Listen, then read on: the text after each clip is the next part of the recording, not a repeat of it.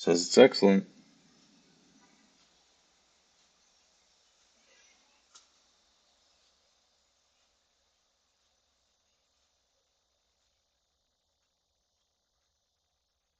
Oh my God.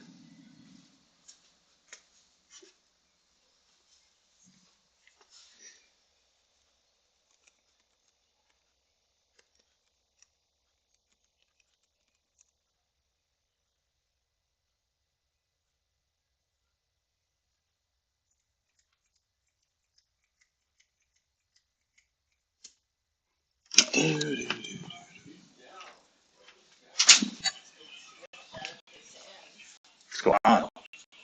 Huh?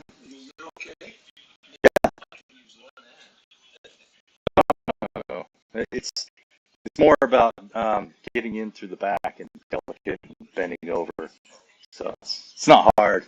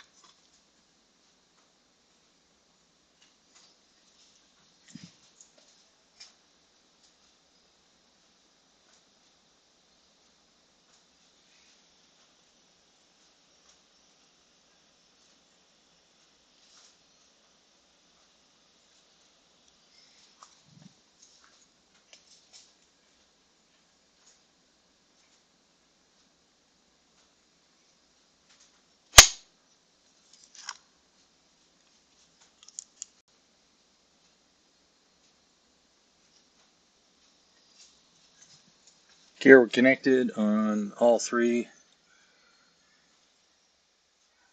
You can see the chat. Hey, Newfie Princess, welcome. Can you hear me?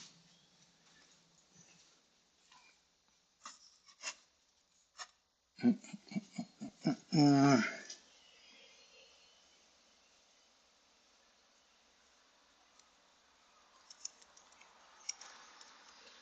can you hear audio?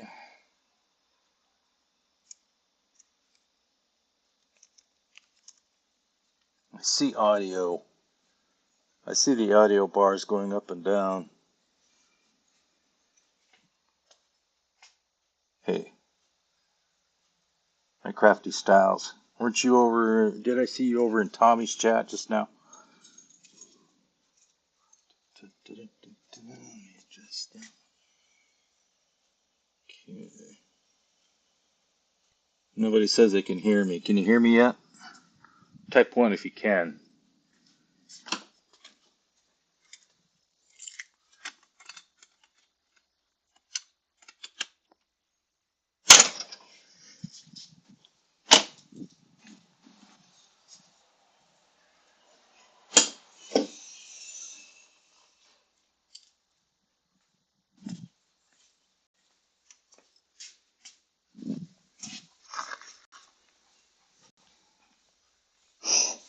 I don't want to put them there.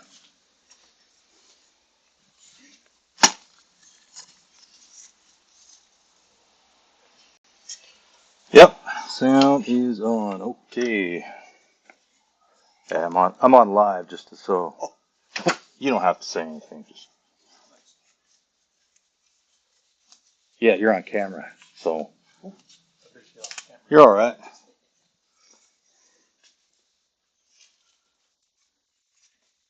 Alright.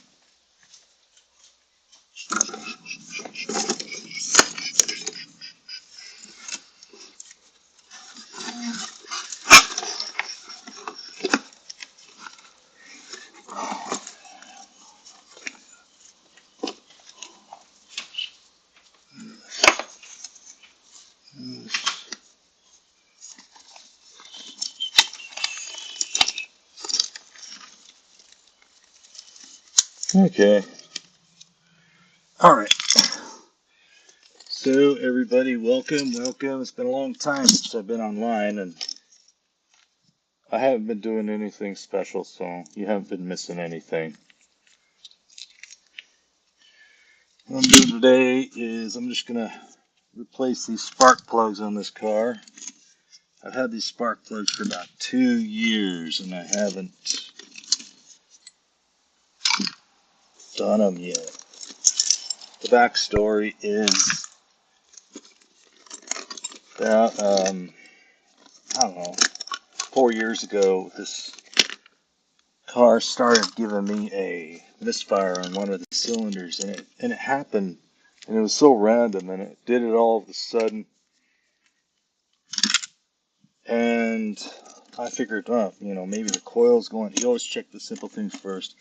Maybe the coil's going out, and I unplugged and replugged in the coil, and I fixed it. And I thought, oh great, and then a couple months later, it started doing it again, and it started doing it like every other day. So I was like, man, so I bought a new coil, and it fixed it, but then a couple months later, it started acting up again, and I thought, what the heck? So I can't remember. I think what I did was I bought another coil because I did my analysis and troubleshooting process, and it was like I got a bad coil, and so I bought a new one, swapped that out, no more problems, and so then I was all prepared to replace all the coils, replace all the spark plugs. So I bought all the spark plugs, and then I was getting ready to install them. Then the problem went away, and then I drove for a couple of years. I went back and forth to uh, Bunker Hill, and I went down to Florida a couple of times, and it's never given me a lick of trouble since then. So I never bothered to fix them. But it's been about 60,000 miles since I replaced them the last time.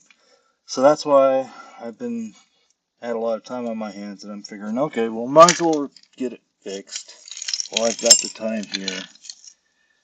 And that's what I'm doing here today. So it took me forever. Yeah, it took me forever to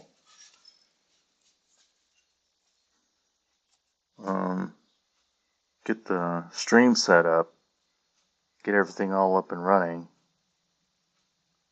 And so now I just gotta do the actual work. Dun, dun, dun, dun, dun, dun. Okay, I've got my flag, my lights ready.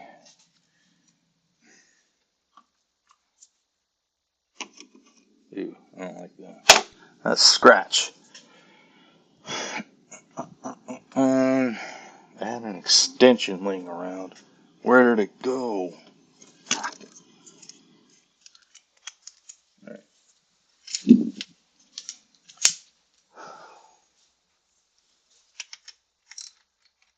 Some of these bolts I know by memory.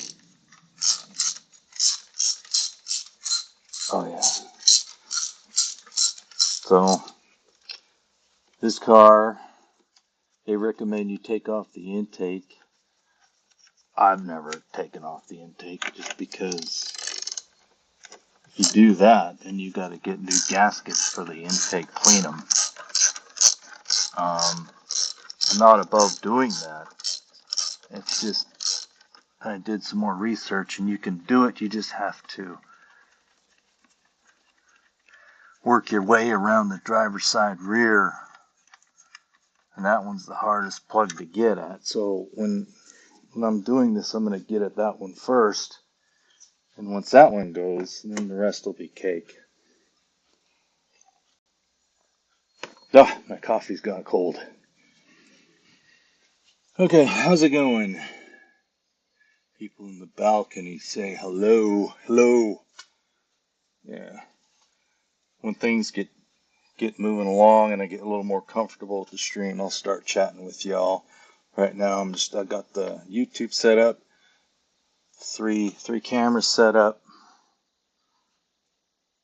and then I'll be able to really get working on this. So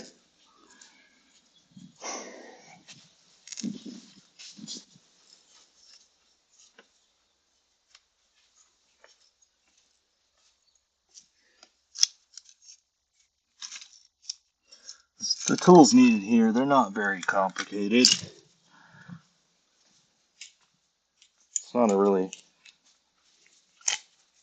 involved job.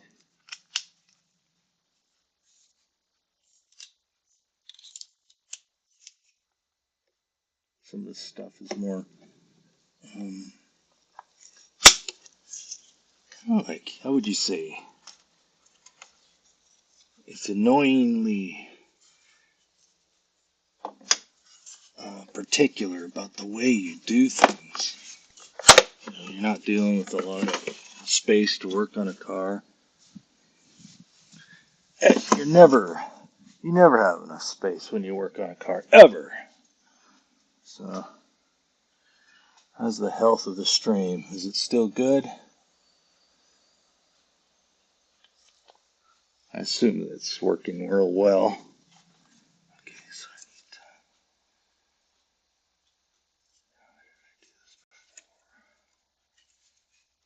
to take that off. Yeah, where's the reverse Torx? I can't remember what they call these. They're either an E. I think it's an E. I don't know why they call it E. It's like an inverse Torx.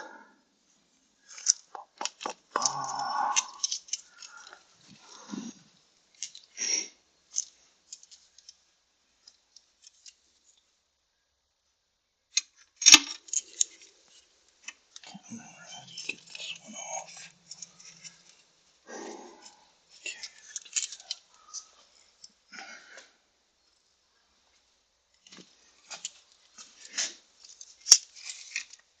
Huh. Yeah. Da, da.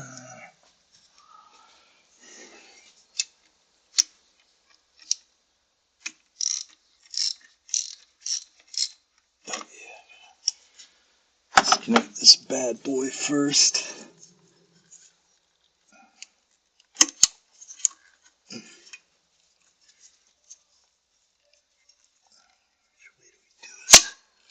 Oh no, I didn't want to break. I think I broke it.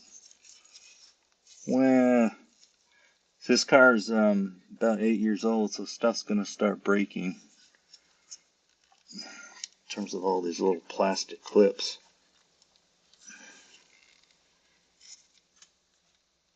So that's why I've always had.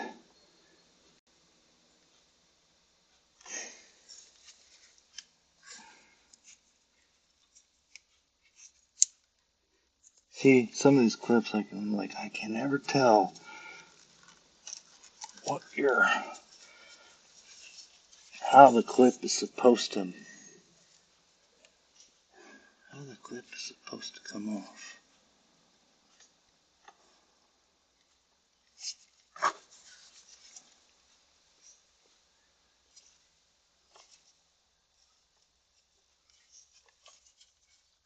See, push that in.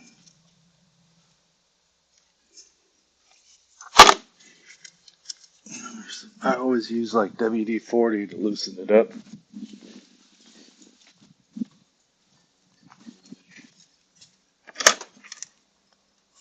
Ah, e.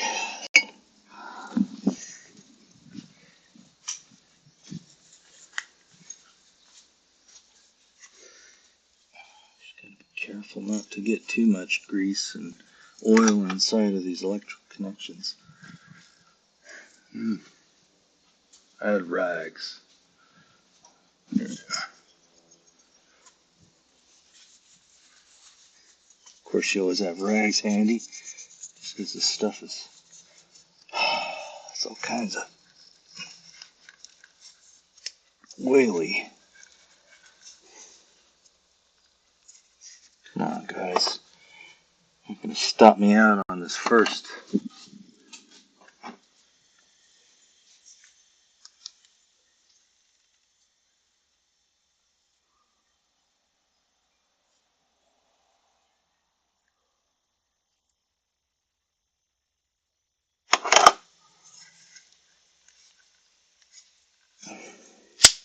There we are. Did you hear that? It's like it made a click and it took me forever to get that out of there. Okay, so when that's done, you disconnect this bracket here.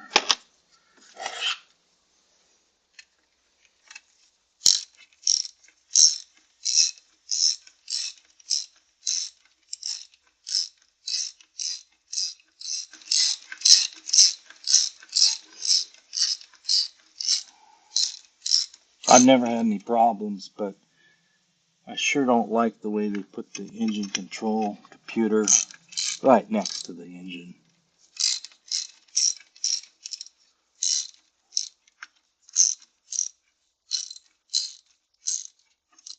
You'd think that would be inside the cab of the car to protect it from the heat and the cold.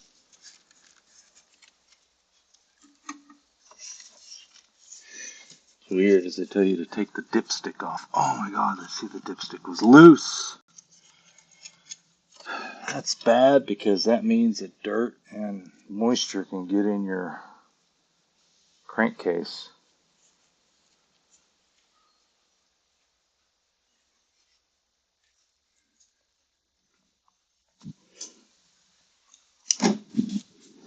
Yeah, but it's smart to remove the dipstick, they said, because the moving these cables around can end up breaking the dipstick, the top of the dipstick. You don't want that. And they showed you have to remove a bolt on that area there. Okay, let me put this other one into use. I think I can give you guys a good view.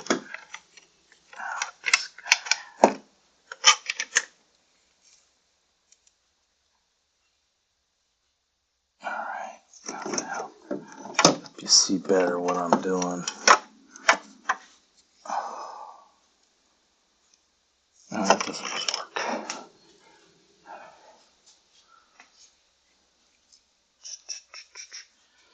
Well, let me show you right now. See what I'm working with right now? See, this engine management computer has to be taken out, and then the coils, the spark plugs are right down in there. That's what I'm trying to get at. Got to figure out how to move this out of the way.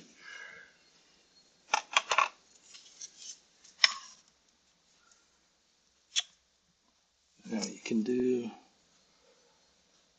front facing camera.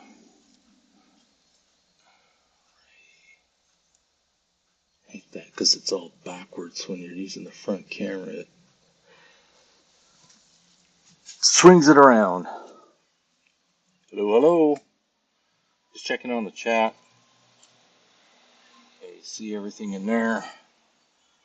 Alright, can I get an audio check and a stream check to make sure everything's okay? Just say something in the chat.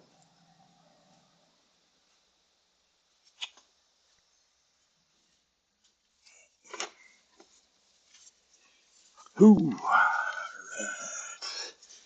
I remember this hose is a problem. It has to be kind of unhooked and moved. You take this off. This is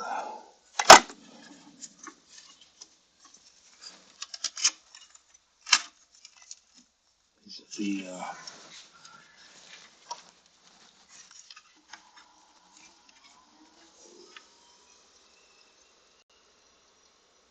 that's not good.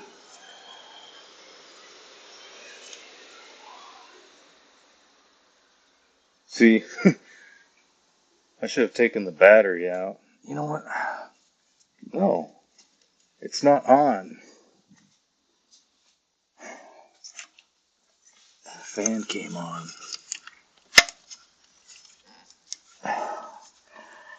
Even when I worked on it in the summertime, that never happened. That's so weird. Hello. There we are. That one right there.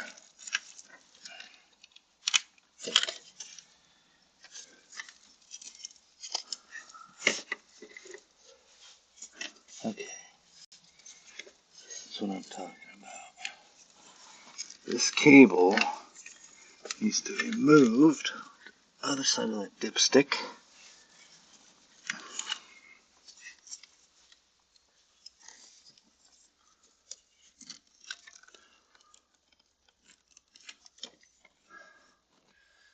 There's a vacuum line right in the way.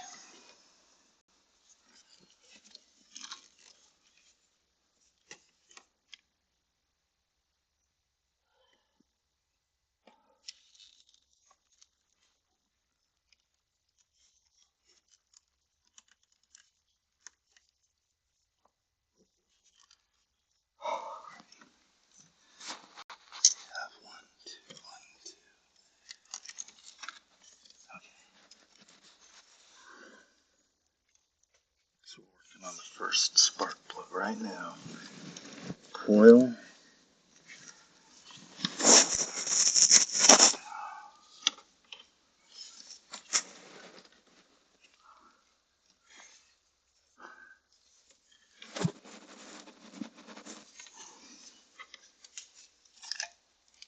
So let me practice on this side. So you have to pull it out and see how they're not.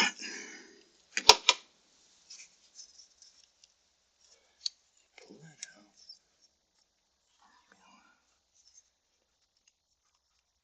And you gotta try to wiggle this out, but man.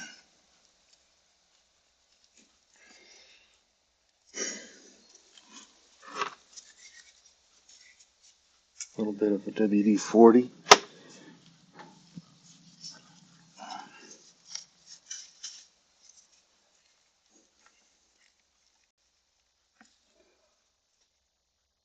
See, I seem to have forgotten how to get them off.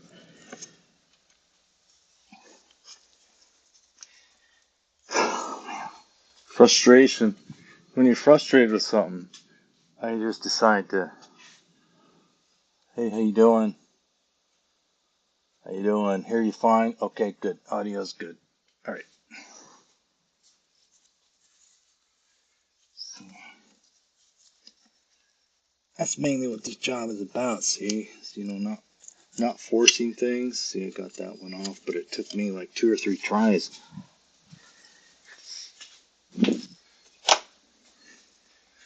I kind of equivalent it to trying to get leverage when you've got only thing you've got is your fingertips and your angle.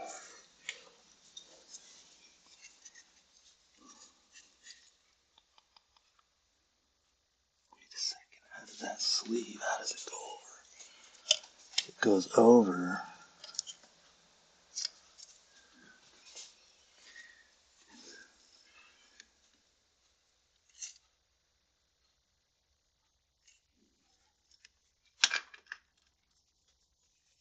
I wouldn't call it a a surgery type of job, but it kind of is.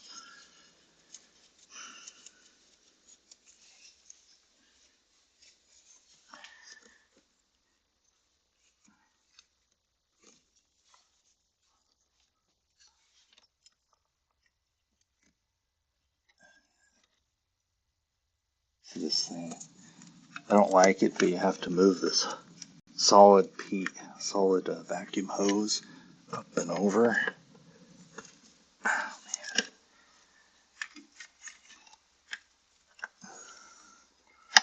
Ooh. You can take that off, but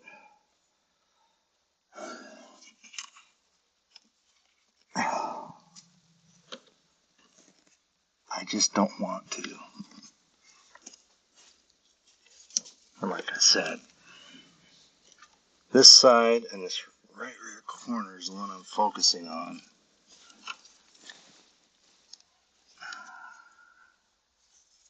This one off. The rest of the job's gravy.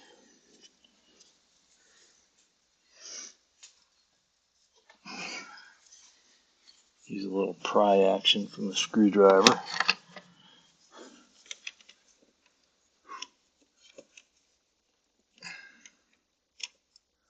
Yeah, it's plastic. Every little bit you touch plastic with, it's scarred up. Oh man, come on. I think this is one of the problems I had last time. This last one wouldn't come out.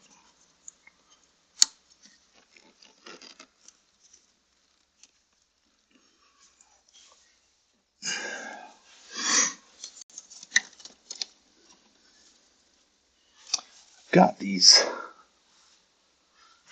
These are for the these are for the spark plug coil cables, but I'm gonna try to use this to push that out. It's fighting. It's fighting me.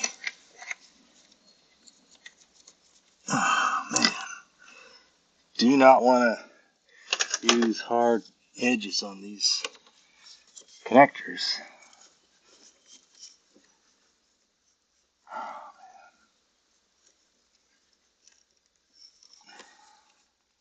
Looks like my light went off.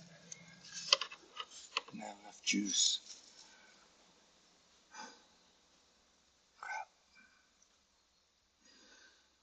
Yeah, let me look at this one again. So it comes on here.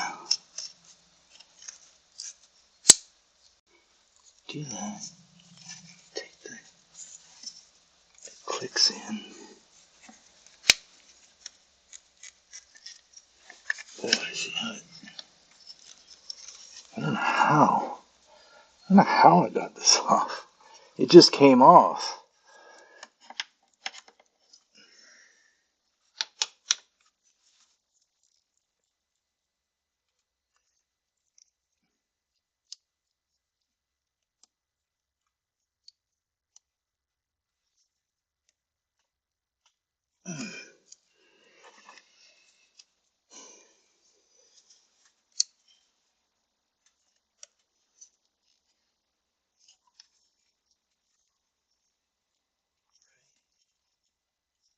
How did it come off?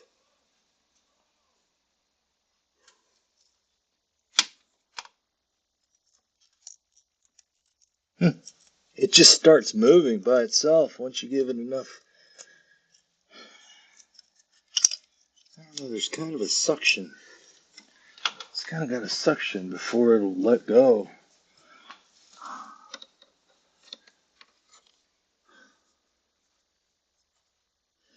Try a little more of this. WD-40.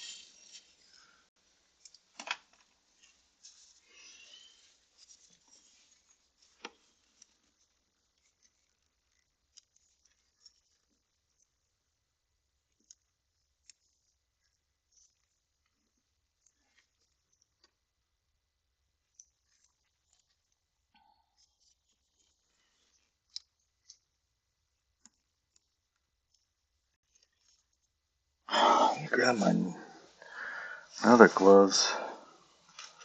My fingertips are getting mangled.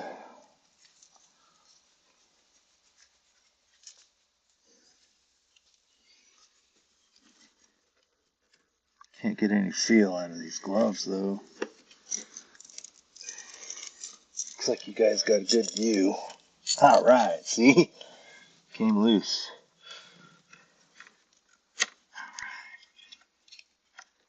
All right, part one.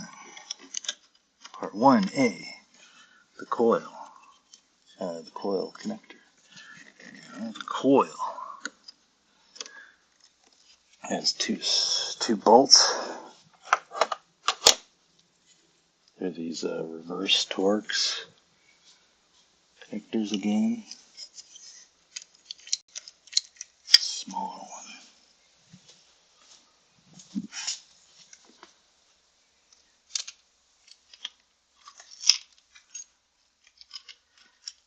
This, I need my tiny little 1/4-inch drive. Where is that?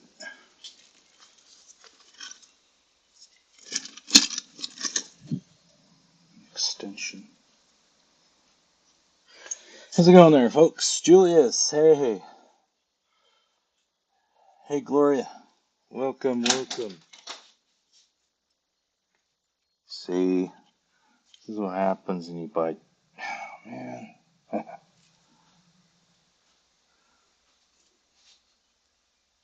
Stupid.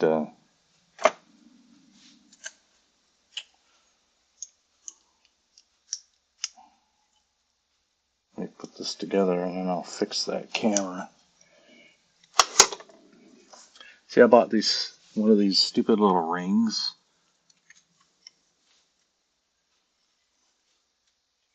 from Amazon. You know, it's supposed to magnetically connect to the back of your phone. And then the problem is the glue that attaches to that black ring, that magnetic ring. Actually, it's just a metal ring. It gets deteriorated with age and then it just slips right off. So, let me go get something. Let me go get the old one. Be right back. Don't go away.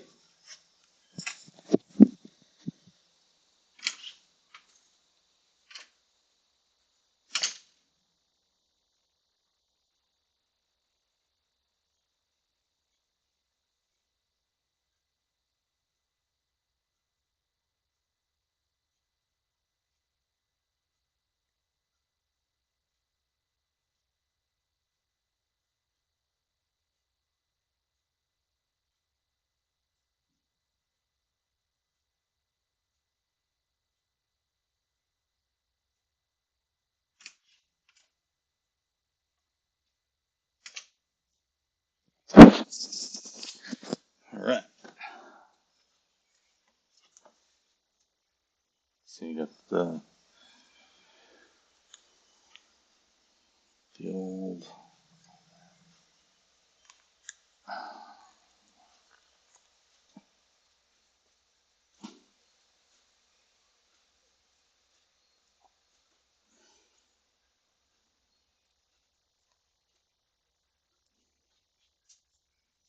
let's see if this works.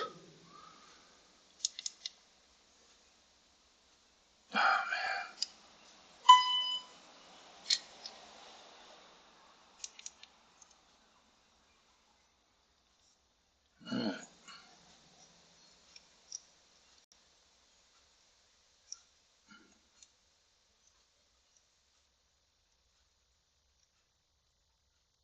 Alright.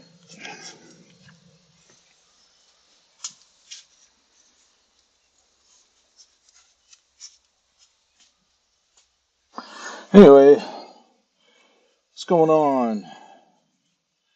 Hello there. Carol, welcome.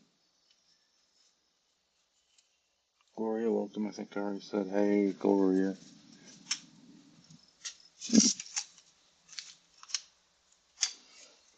I've been chatting with you guys a lot in chat and been real active, and so just haven't done a live in a long time. And if you just came in recently, didn't hear me earlier, I haven't had anything new going on in my life to talk about, and I haven't been doing anything. So you guys haven't missed much from my channel. But I did want to mention that YouTube's been posting my videos, reposting them without my permission. And I've been noticing it the past couple of weeks, and they gave me a strike on one of my videos because I had copyrighted material, and it was a song from a video I put in a year ago, and I already gave credit to the producer, even that according to what they require.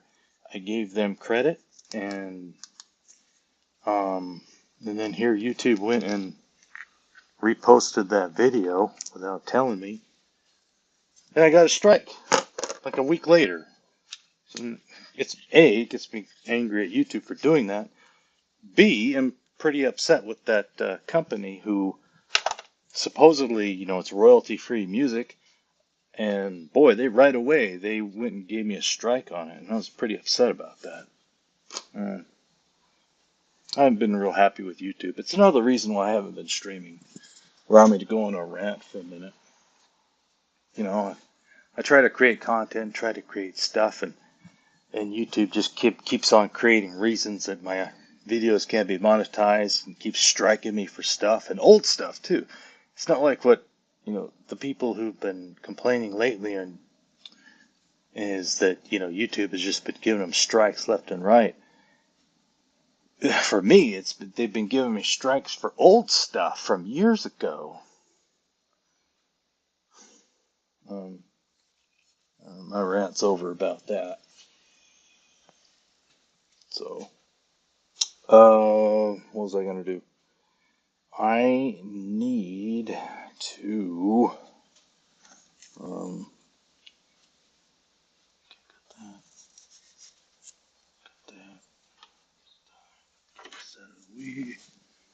I need to get some batteries for my light. My main light's dead. Right back.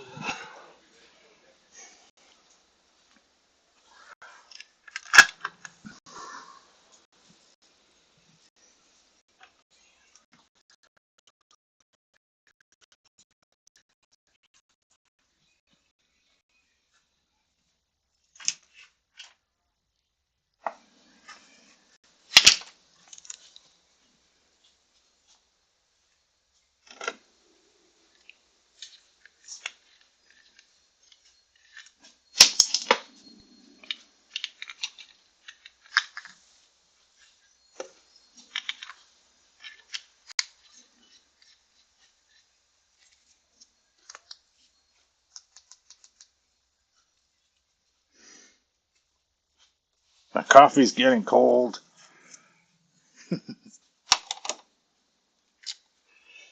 Oh, what's going on? What's going on in the chat, huh?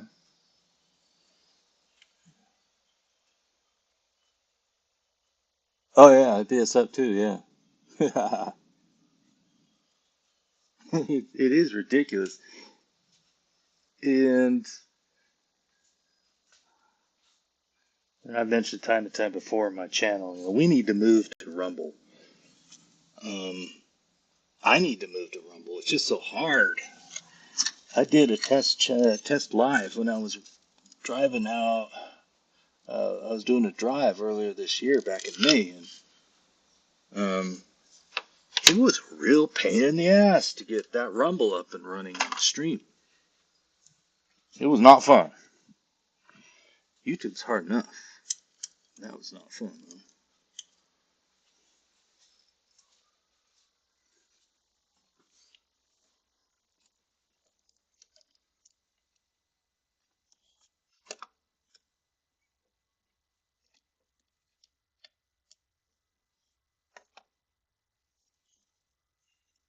I had a I had an extension.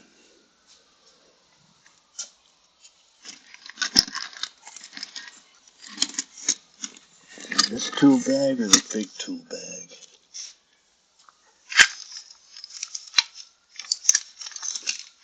a longer extension that was flexible.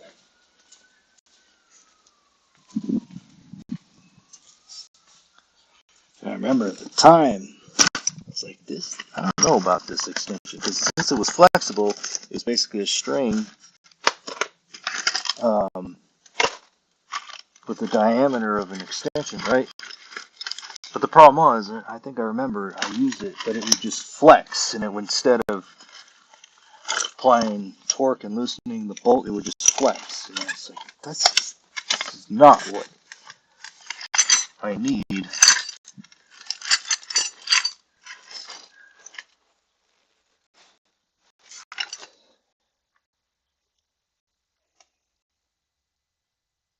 Might be it. This tool I've got in my hands. It's actually broken. The the inside of the what should we call it? The handle will spin, and then it won't come off. But I have to try.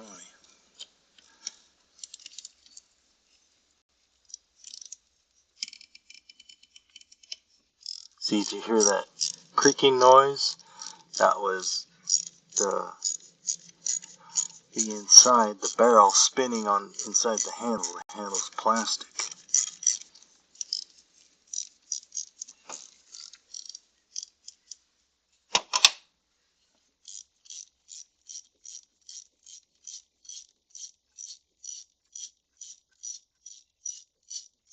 I used to find working on cars relaxing.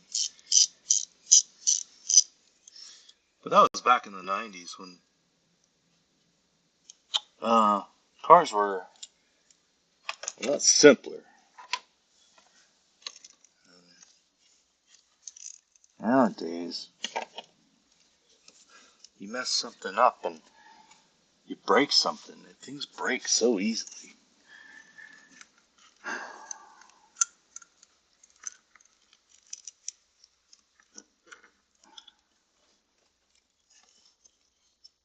And nowadays, cars too, it seems like the mechanics last longer. The mechanical portions last longer in terms of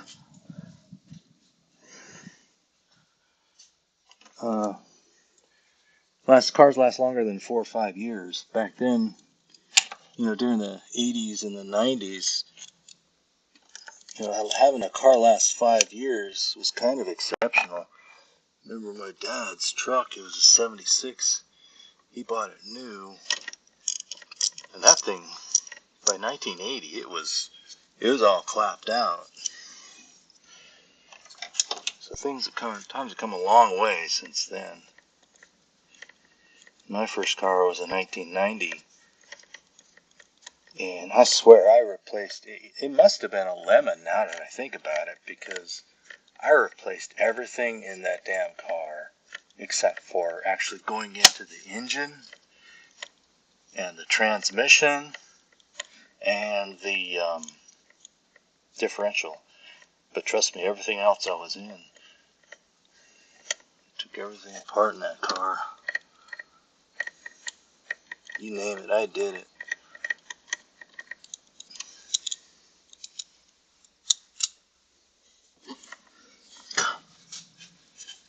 One day I had a hot date, and I'm driving around in the middle of the afternoon, and I turned the corner, and I was downtown Salt Lake City.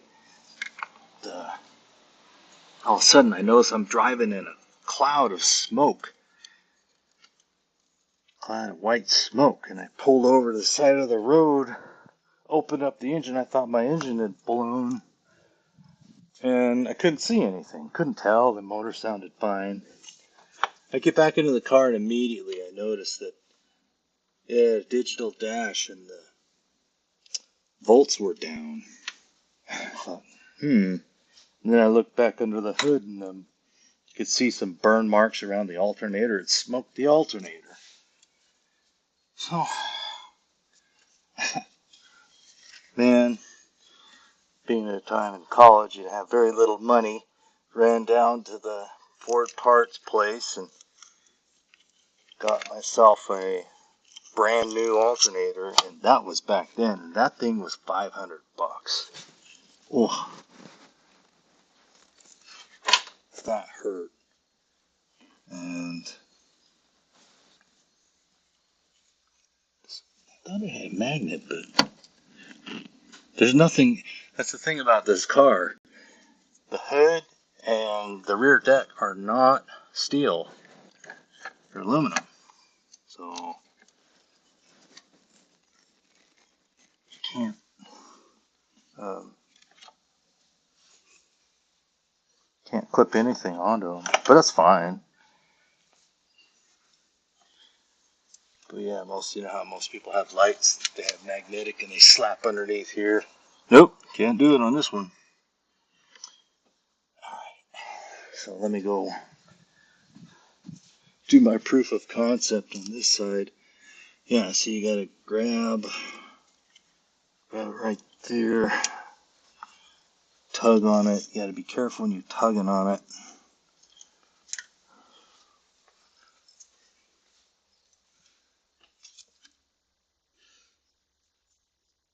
Dun, dun, dun, dun. Be away. See, now this one needs new batteries.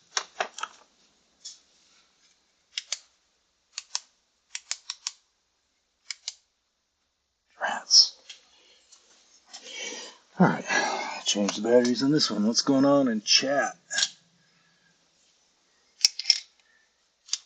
Oh yeah, so continue the story. Yeah, so I had a hot date that evening, and so I ran down to the Ford parts place and I spent $500 on that new alternator. Got off work an hour early. Said, "Hey man, my car's broke down. I need to go home." And they let me go home. I go home and I start ripping into it, and I got it off. Get the new alternator. Of course, this is a rookie mistake. Get the new alternator, um, and it's missing the brushes. And I remember I was so mad, and I was mainly because I'd spent $500 and they didn't include the brushes. And then also mad because it's like, oh, what am I gonna do now? And then I was like, hey, Dad, can I borrow your Bronco? He's like, yeah, sure. So he let me borrow the Bronco. And then I took off and used that for my date. And my dad, then he stayed home and he transferred the brushes off the older alternator to the new alternator, which I really appreciated. Came home and slapped it back in, and I was good to go. But that car, man, that car had broken down. That car left me high and dry a number of times. And that's why I think the newer cars, they're much more reliable than the old ones, because these new cars have never left me high and dry. You know, let's make the sign of the cross and pray. But hang on a second, I gotta get batteries for this.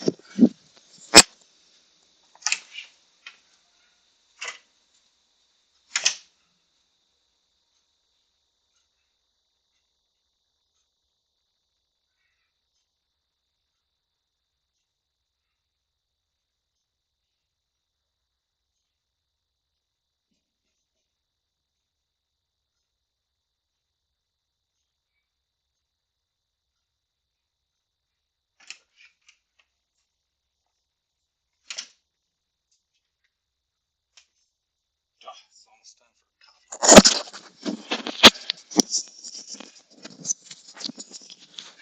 for Okay, so that's the story of the hot date. So how you guys doing?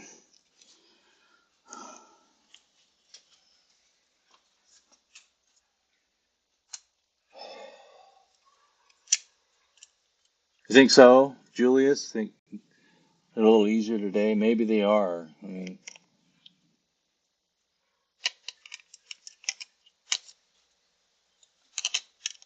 I've never had one go bad since then.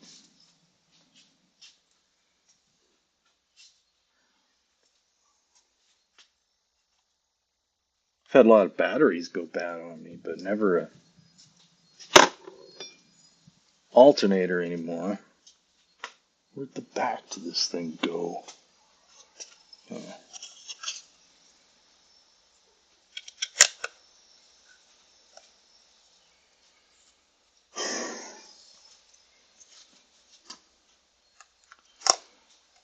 And the thing is this was back in 1995, so, or 1992, let me think. It was 1994,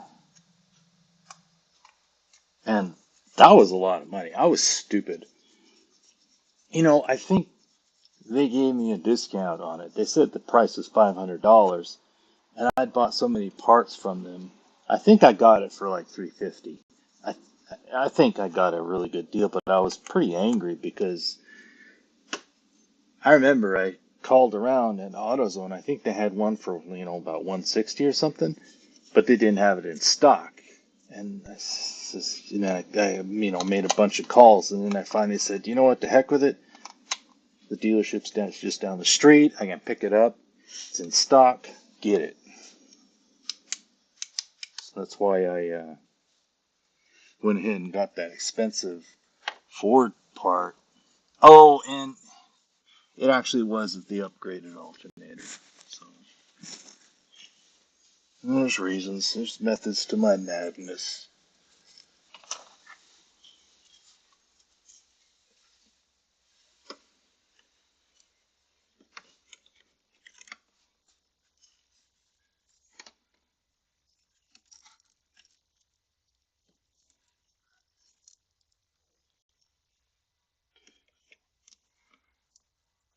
See, I have to see what I'm going after. And then I was gonna buy one of those headpieces, right? That you put your flashlight on um, and wear it like a headband. And I can't remember the reason why I didn't do that. Might have been. Yeah, I don't trust a lot of that stuff that they sell. Even when they have videos and seems good, you buy it and then you look at it. This thing is useless. Yeah. Okay, before I start tugging on this, I gotta figure out the angle. So I'm doing this side first. And I remember that's why I did this side first last time. Because I was like, if this side's so hard over here, I'm gonna do them over on this side. And that way I'll know the angles I'm dealing with, and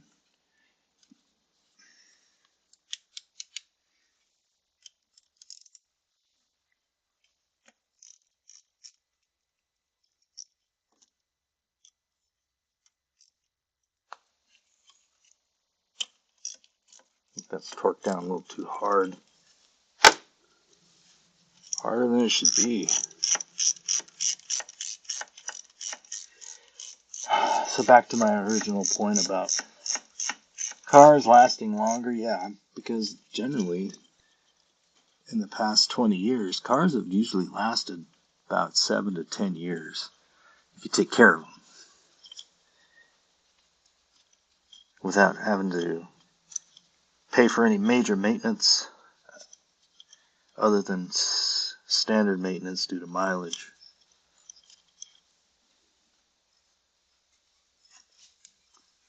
That's just what I think. Could be wrong. I might have just been lucky.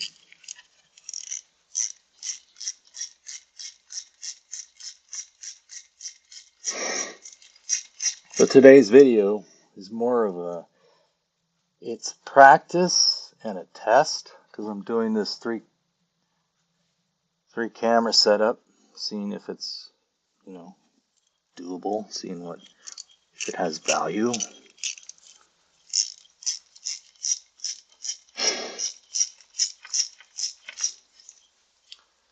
And I don't mind doing it inside, doing a panel discussion, something like that.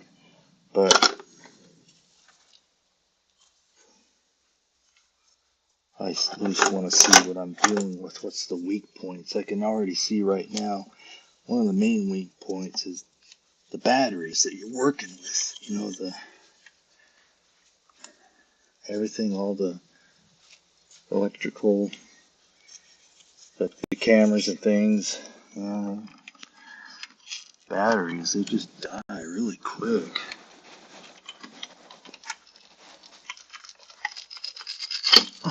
See how that took a lot of yanking?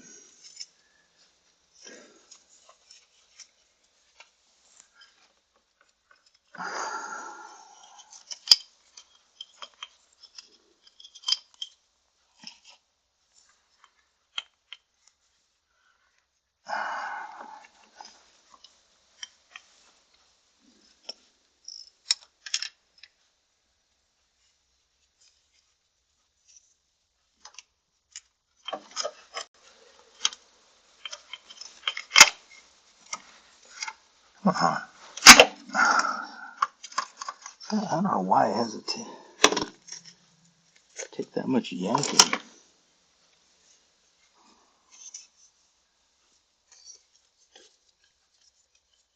That's what I'm dealing with on the other side. And that's why you got to be careful not to yank on the soft, rubbery portion. Got to get down on that hard plastic portion and pull.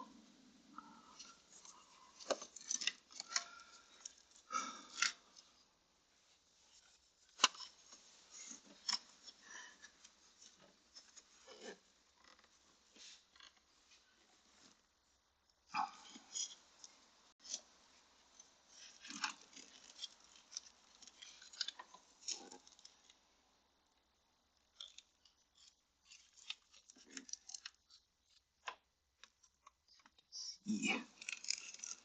Let's see what I got to yank on.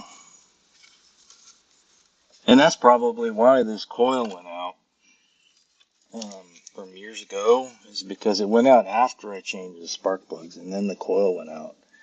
And I think that might have been it. I might have been yanking on the soft portion and I broke it, caused it, some kind of a fault inside.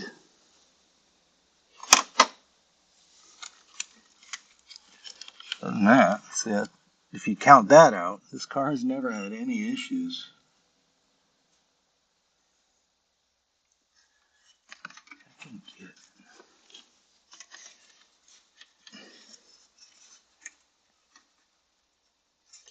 if this thing comes out or not.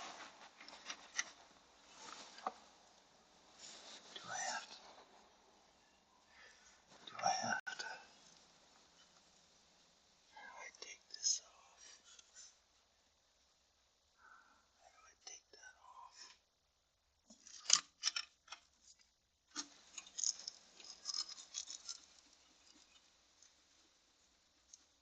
I can't remember if that does anything if I move that.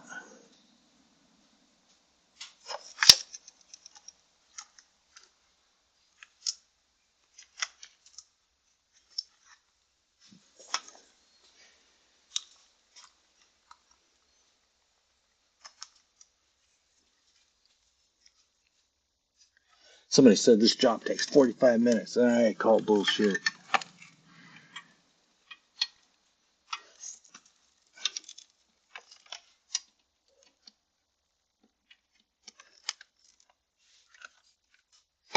This extension.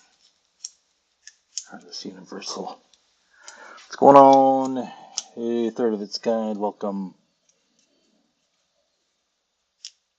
You watching Lookner too? Ha ha ha. Yeah. Is anything going on there?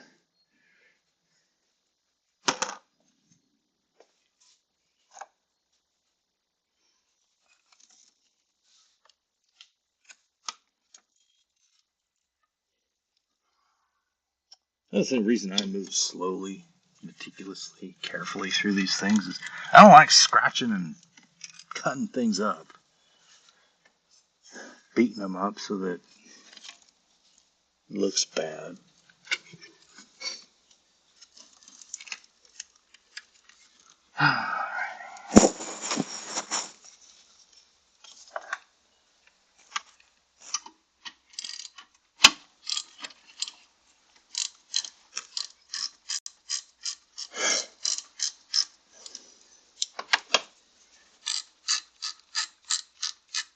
I remember, once I take this bolt off, it's a bitch to get back on because you have to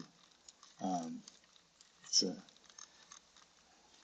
you have to line up the pieces, and it's hard because the pieces don't line up by themselves. You have to muscle them into place. You watch when it releases from here, it's gonna the whole assembly's gonna fall to the side because it's under like a spring type of pressure. It's under weight, under gravity. Watch. See? Do you see? Feel hear that go clink? Spring. Yeah. See, look at that. Now we got all of a sudden that's all loose.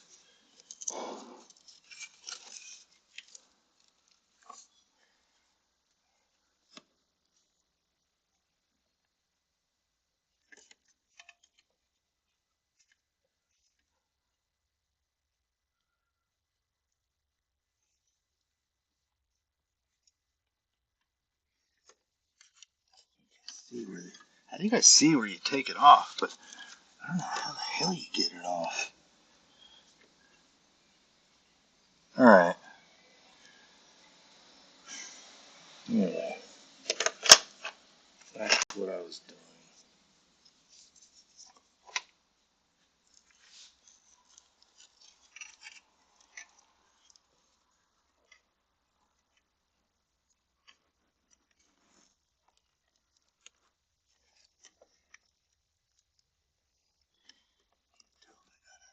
Can't tell if I got a bite on it.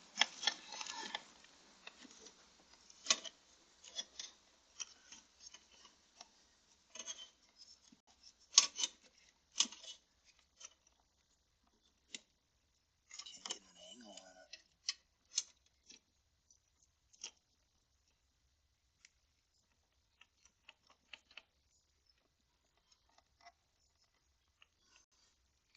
Just want to make sure I'm on the hard plastic and not the soft plastic.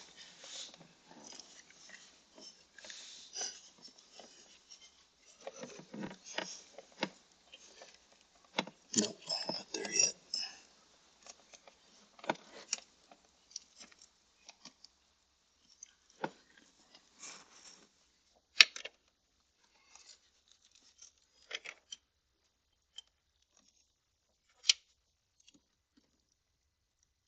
Get it? Nope. Down there.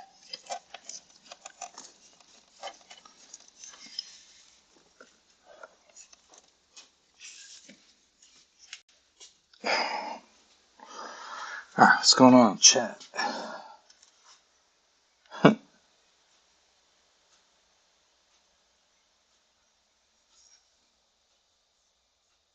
What'd you do?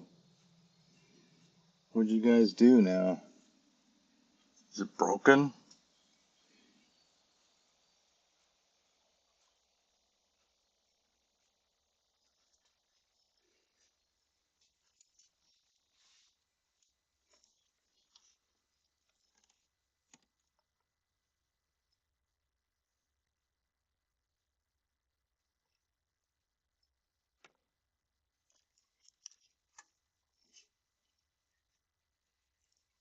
Can't get the right angle on this.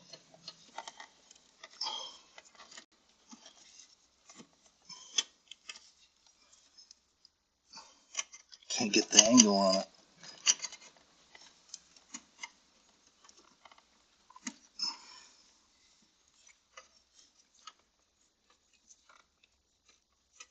How did I get the angle? How did I get the angle on it last time?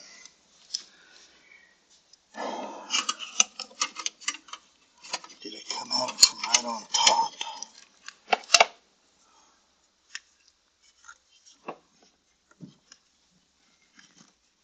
Come on this side of that hose.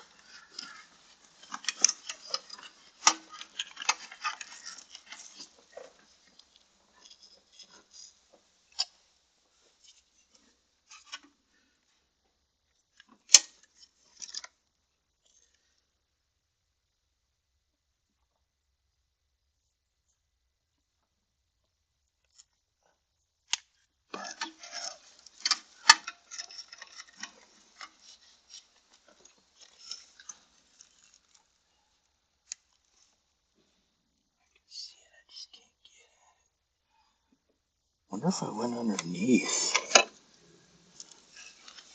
No. Oh, my arms are too big. How about over here? Maybe that's it. I can feel it.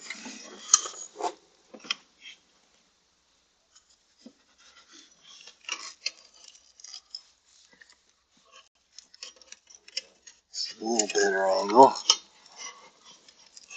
Bracket's still getting in the way, man. I can't remember if I removed it last time.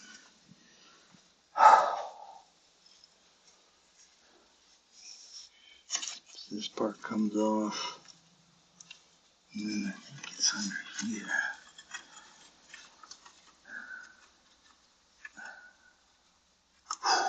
Yeah, I can feel it. That's it. I can feel it. I don't know if I want to take that off.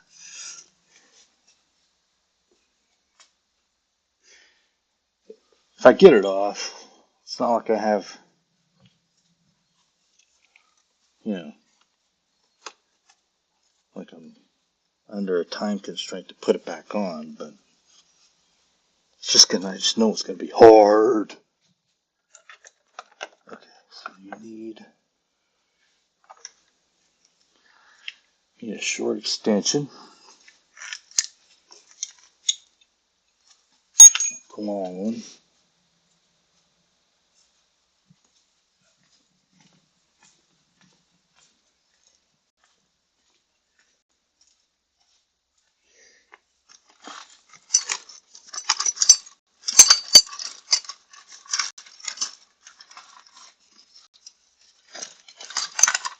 You need like a 2-inch extension.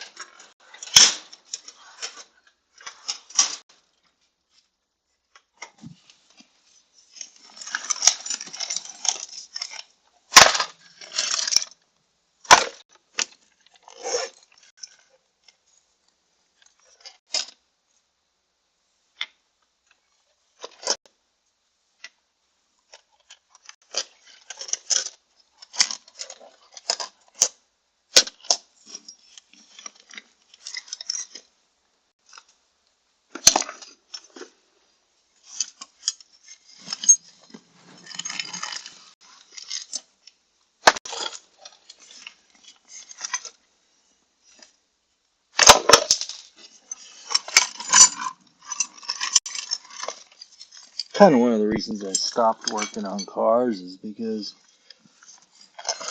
it was a hassle trying to find the tools. You know, I never have enough room.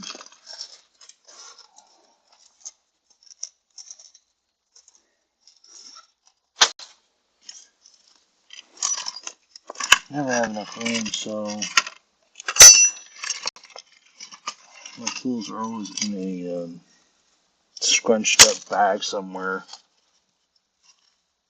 I'll spend half the time organizing them.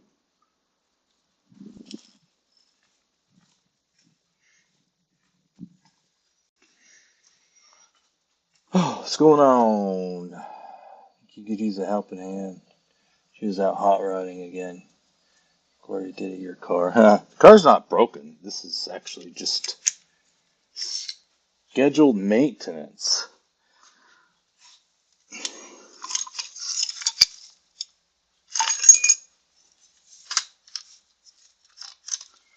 Rats. I don't have a...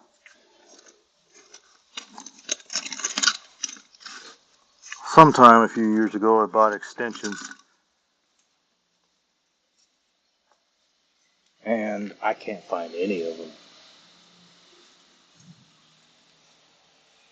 It's frustrating.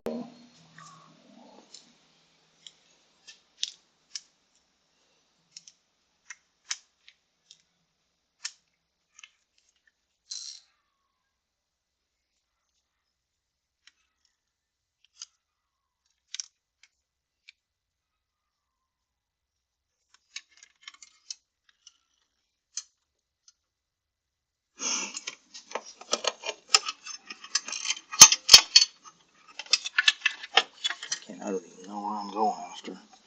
Where am I at? Yeah, that's where I thought you were.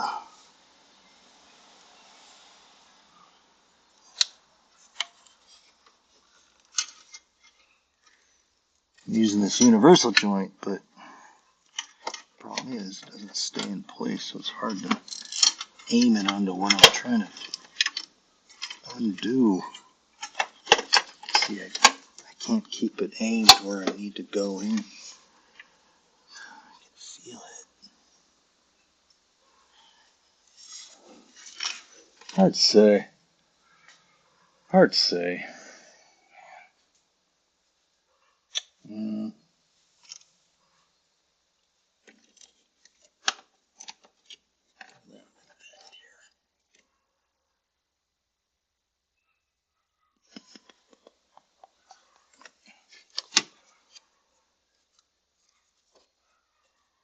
I can get that clipped on there just right. No, I don't want to do that. I'll scratch it. Yeah, man, it's self-taught over. Yeah, self-taught over time because, um, mainly because of a lot of mechanics will tell you, learn because I'm poor. Um, never had, the type of money to take it in and have somebody work on it.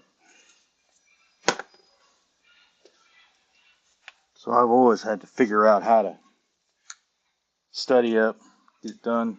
This is before the internet, when I used to pour over manuals and look at the pictures and do it by myself.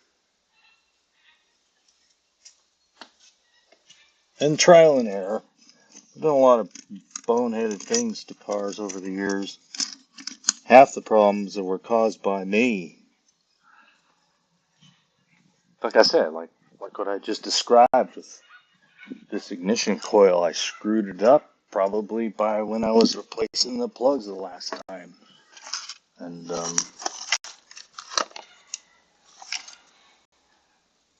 there it is. See, the extension I need is gone.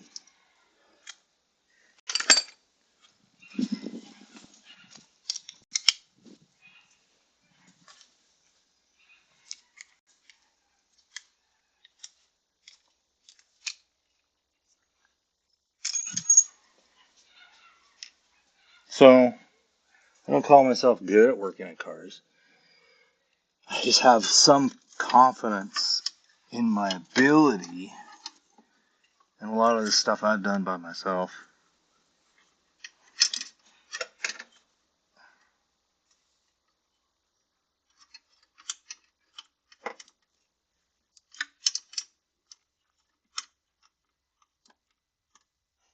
Yeah, I can feel it. Just can't tell if I'm done.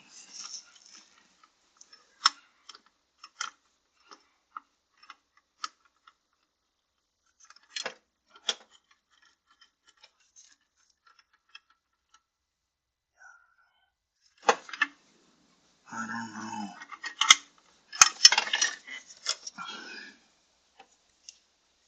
know. I bought another one of these. I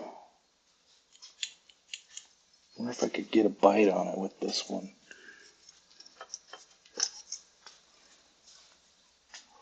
So you gotta get down there. So you gotta get down there underneath this thing. But it requires you get at an angle, and I don't have that much room. Kinda, I guess I do there, but not really.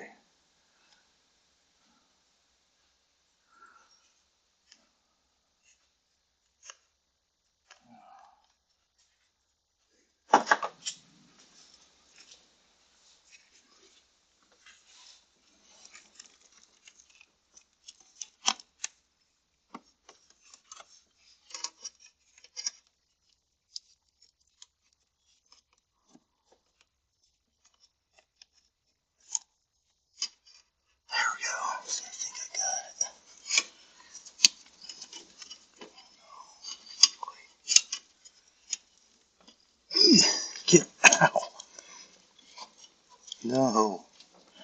Crap.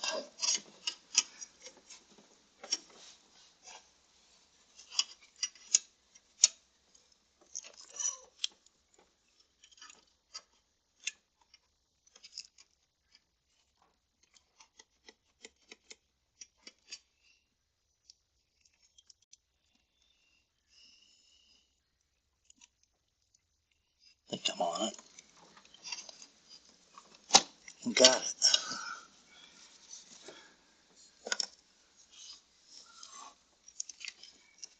Ease it out.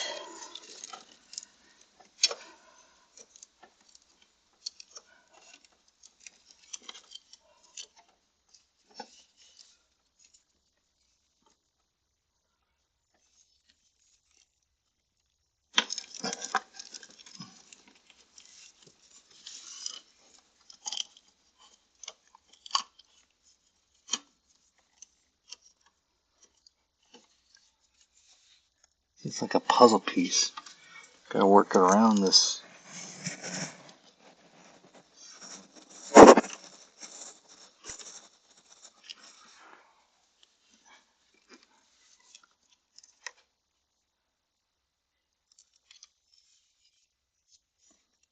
Doesn't have to come all directly out. Why is it making me pull it straight up that way?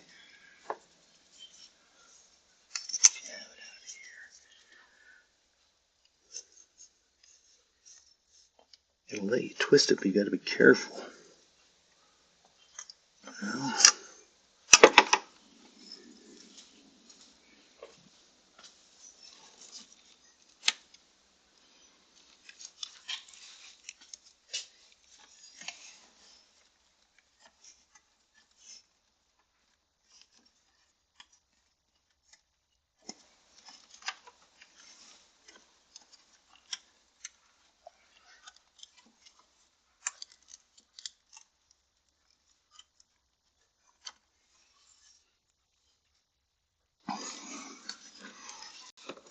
I didn't count on this part.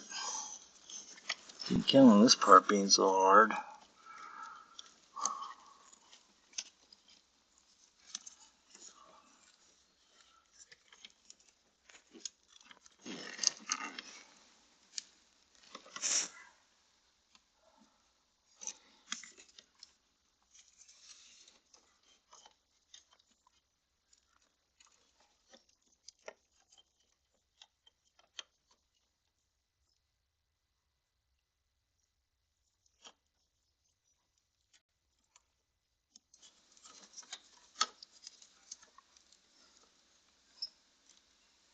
Didn't count on this part being so hard. What did I do before?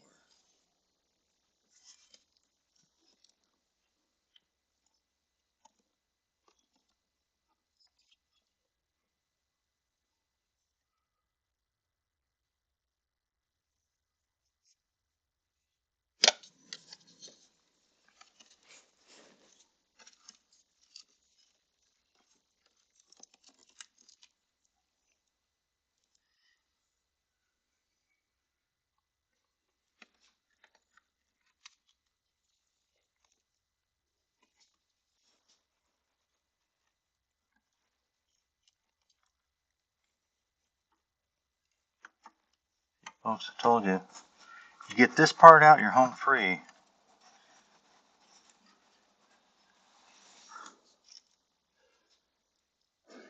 And you're not dealing with parts you can manhandle. You're dealing with very delicate parts. Very important. You don't force anything.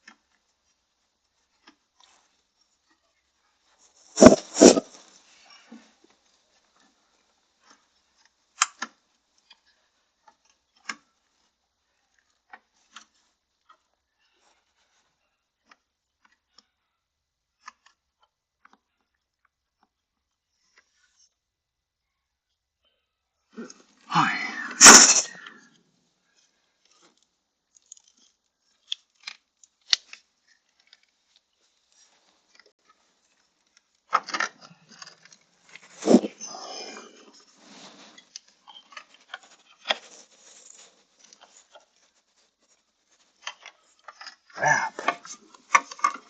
See that? Literally had to, it fought me every inch of the way.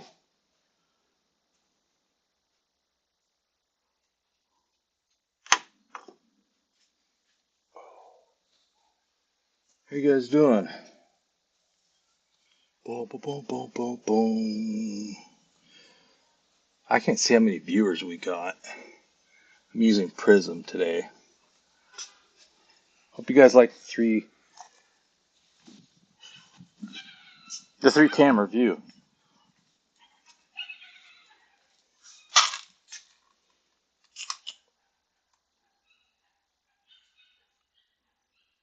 Now I need.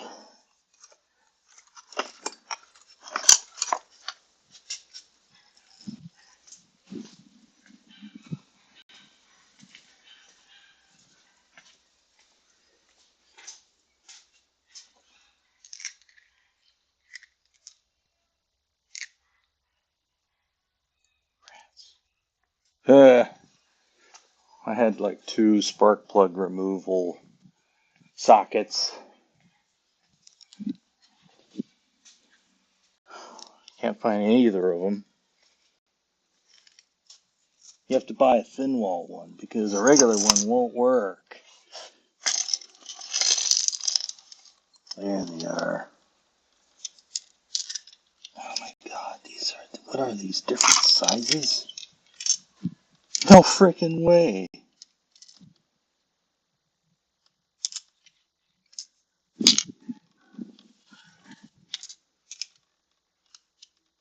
Am I screwed?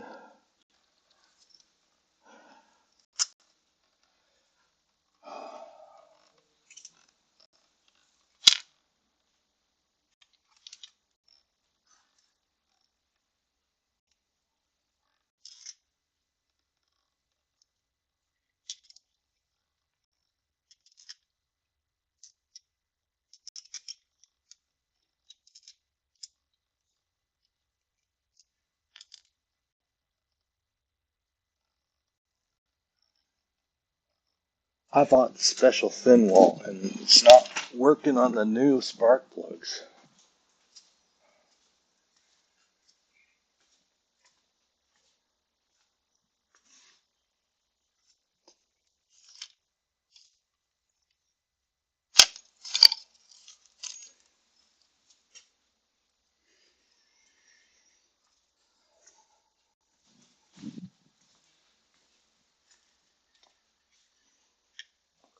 Alright.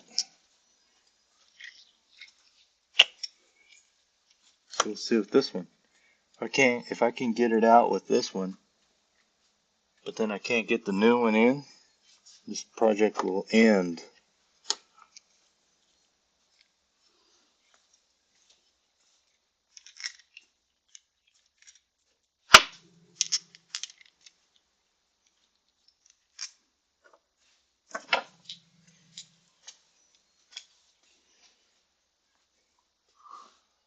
Eight people watching? Oh, cool. Cool, cool, cool. Alright.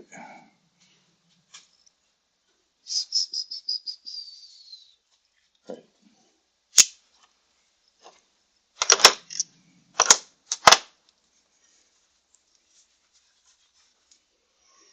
Okay, remove this guy.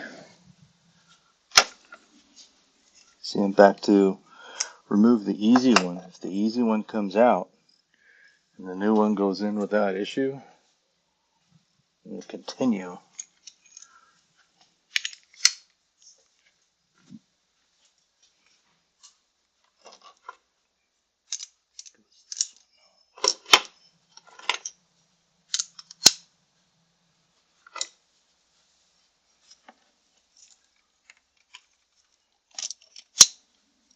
See,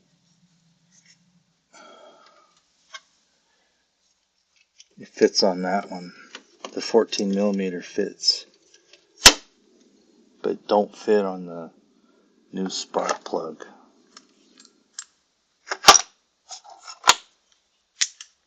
Huh. I think I'm done. I can't proceed. See, because the normal spark plug removing socket won't fit.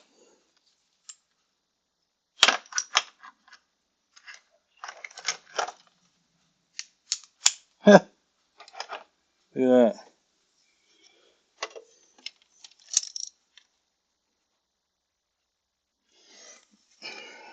So give you guys an idea, I'll take this one out.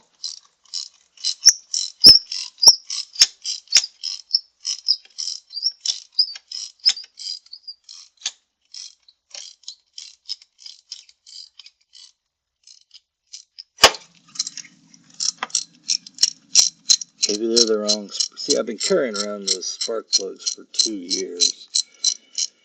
My own fault for not putting them in sooner, but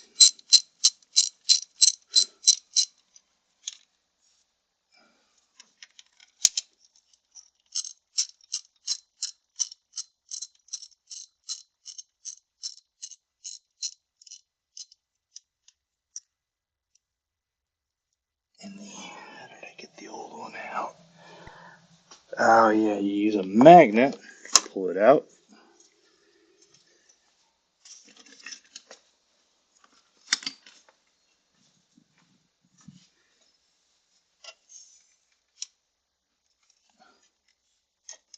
Pull it out yet.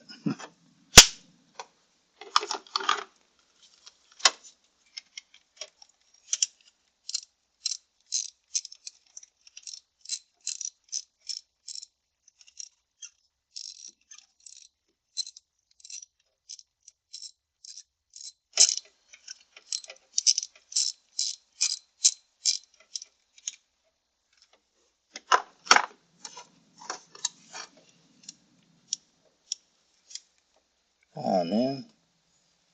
Out. Come out.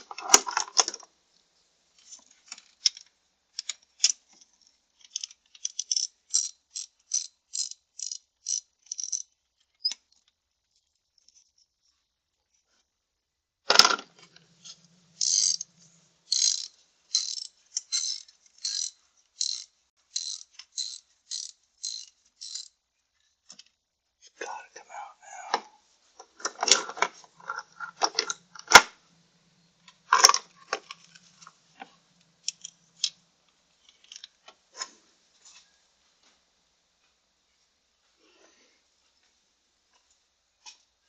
To that.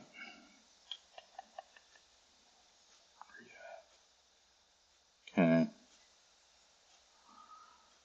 I mean, they look worn. But God dang.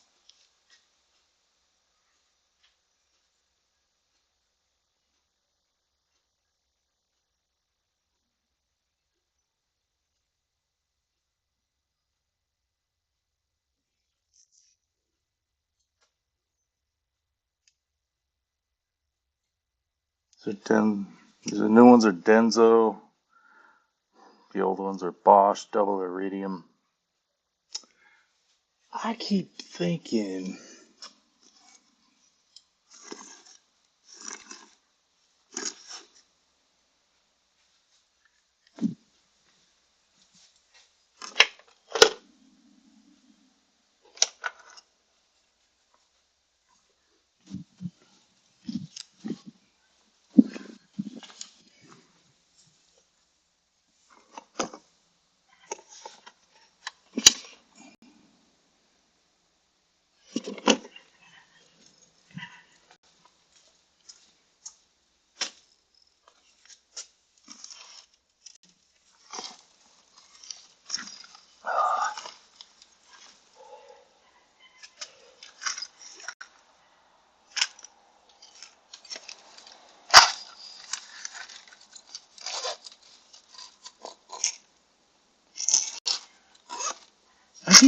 for some reason I had 2 extras. Like I bought 2 extra plugs.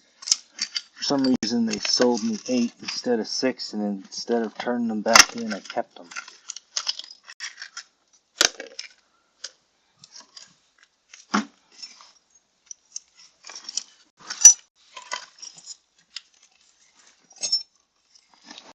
And I thought at the time I knew, I was like, no sense keeping those, because chances are if you get the new plugs, they're going to be different. You don't want to mix plugs. And I might have tossed them. So that'd be funny if I still had them. Because I'll replace that back one right now.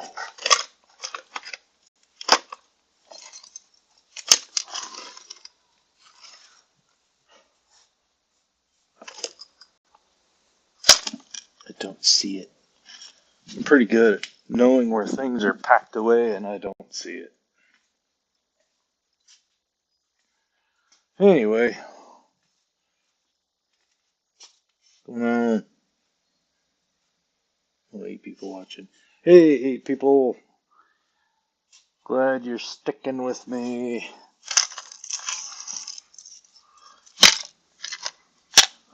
Where would I have kept those damn things?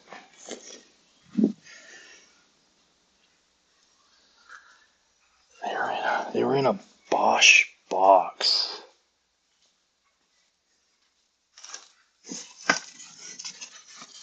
Wonder.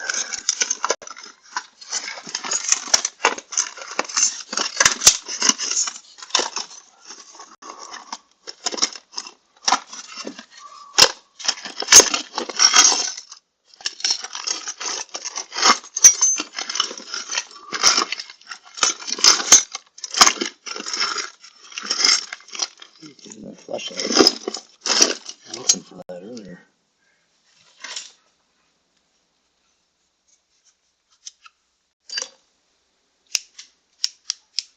Did.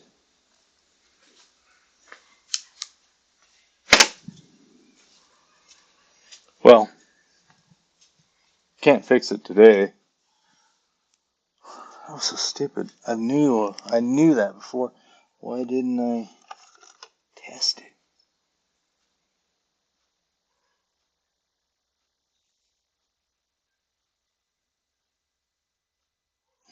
Back in you go.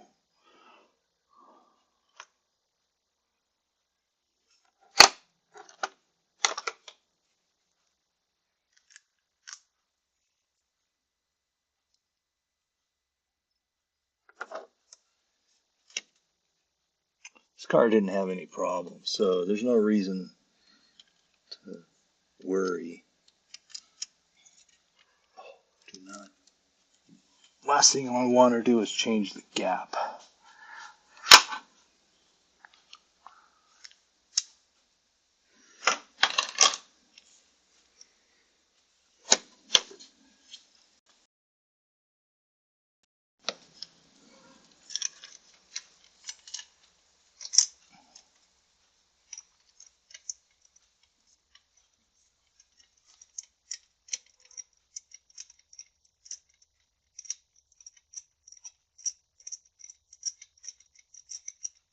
Hear that squeak, squeak, squeak? That's the threads engaging.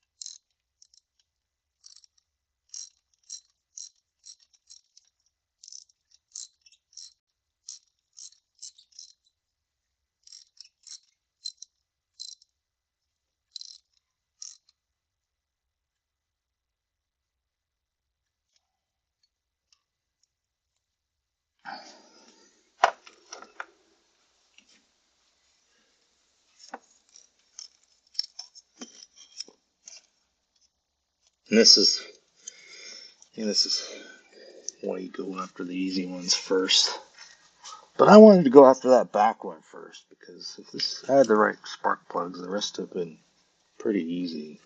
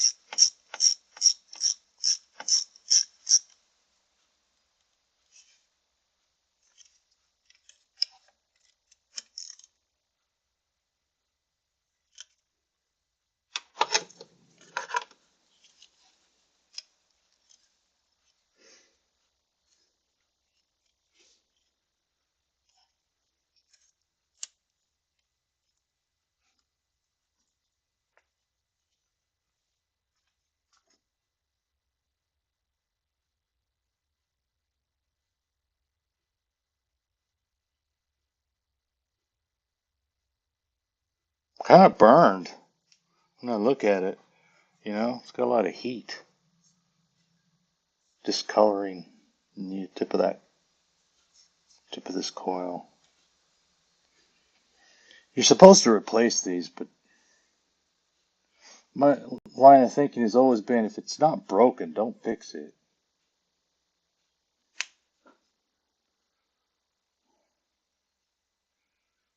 Especially coils, man. They're not cheap.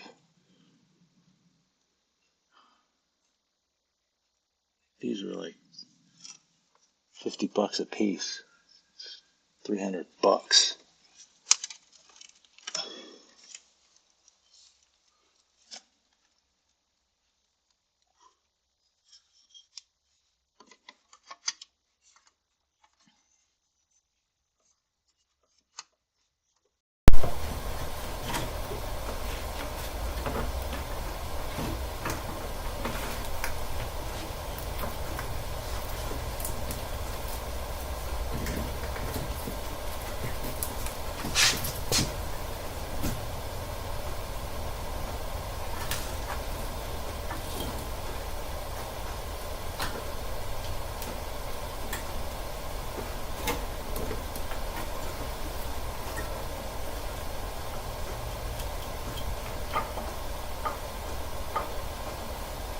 Funny. See, it went in there nice and easy. Yeah. Sure didn't come out easy. It's funny.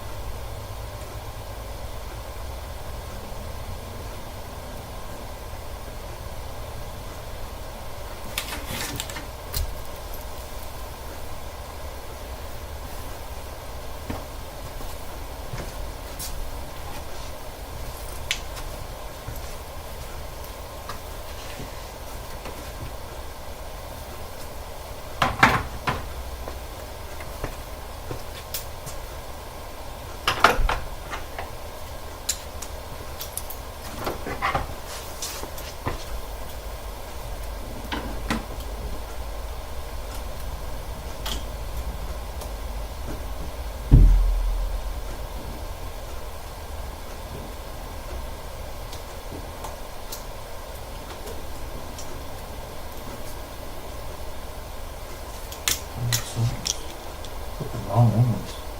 Ooh! Only bolts. Where did the other ones go?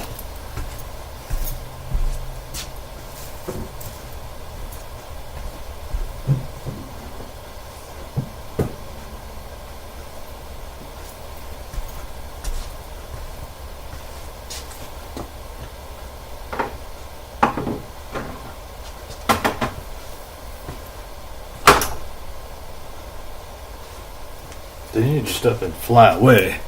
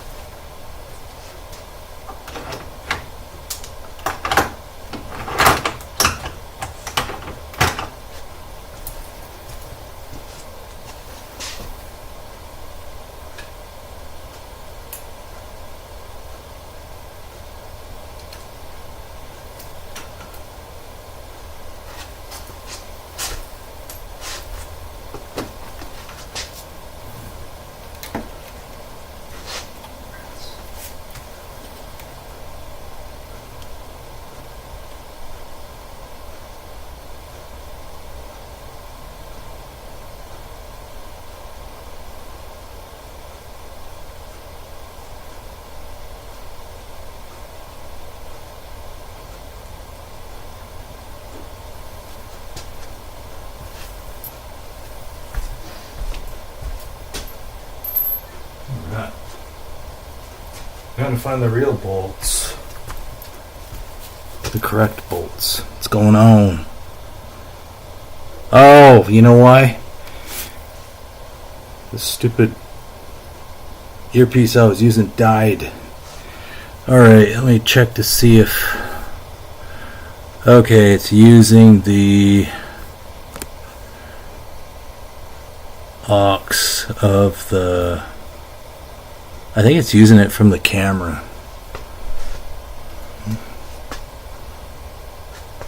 Well, let me go put this on the charger and then let it charge.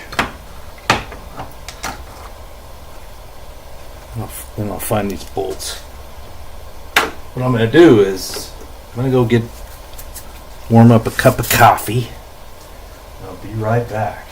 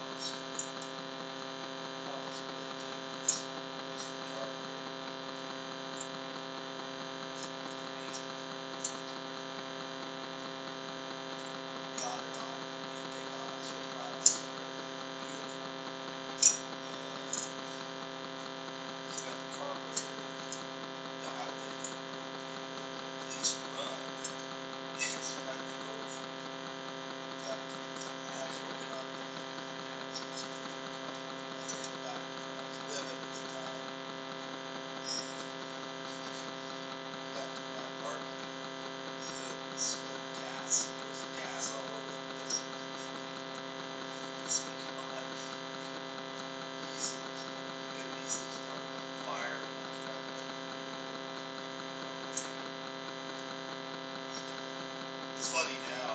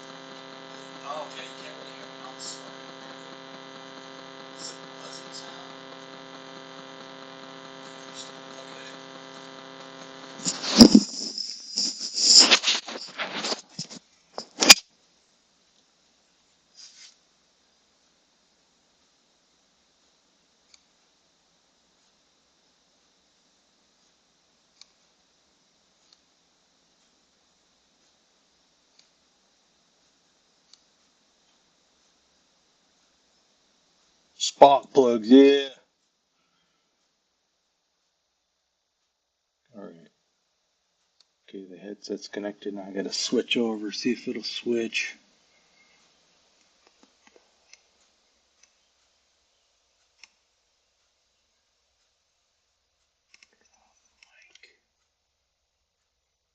Come on.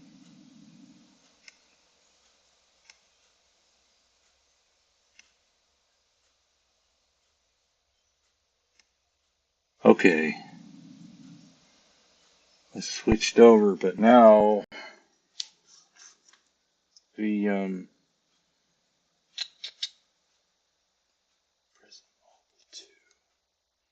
you hear me now? No, don't see anything. Can you hear me now? Desktop audio, that's the one I want. Okay, turn that one off, turn that one off. Desktop audio, oh, it went off. Turn that one on, desktop audio, come on, come back. Come back, come back.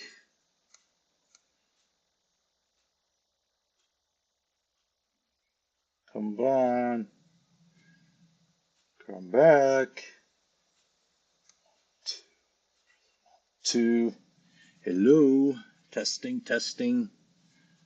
Yeah, this echoes. There's so many. Let me detach this gadget here, and then. Oh man.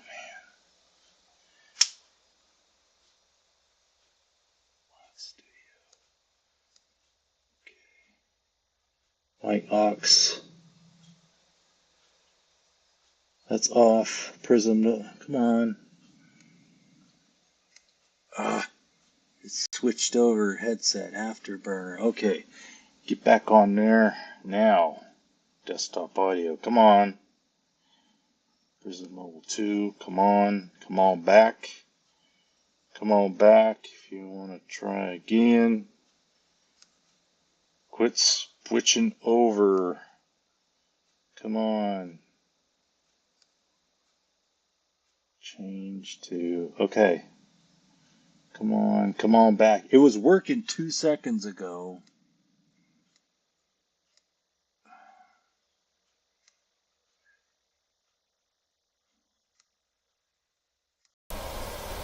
I pair it again. Alright, now FX sound is finally up. Prism Mobile 2, come on. Come on, come on, come on, come on. I don't know if i13 Pro will even take. No, it's not on.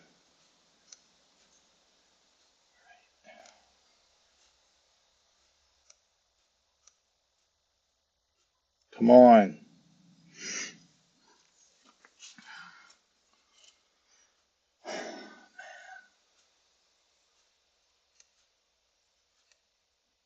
Speakers, headphones, playback. Oh, don't touch that. Laptop camera. Mic aux.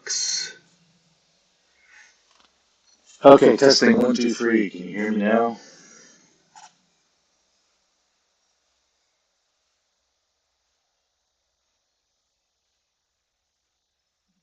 Alright, let's go with that for a second. I think it's working. I couldn't tell if it was going through the earpiece. It seems like it's going through it now. Echo is back. Shoot. Oh, what the heck?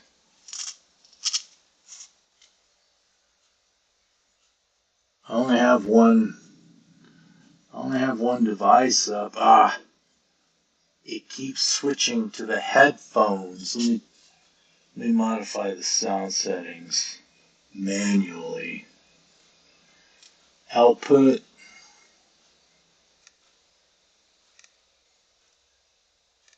Input headset. Okay. I had to change it manually. Okay, now testing 1, 2, 3. Is there still an echo?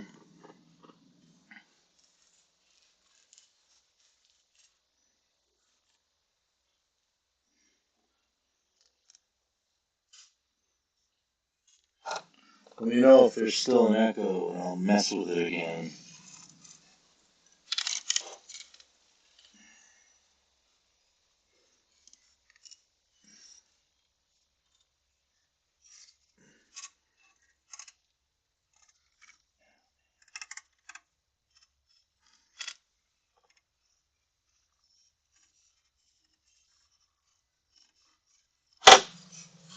Just, I know you guys back east, it's like, what, 8 o'clock? Here, it's only like 5:30. It's Miller time.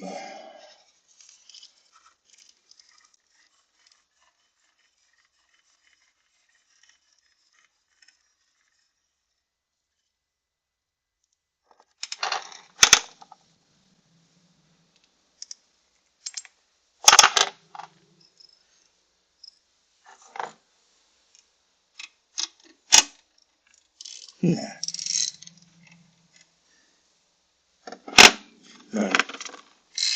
I remember that from the movie Stripes. If anybody remembers that movie, give a thumbs up in the chat.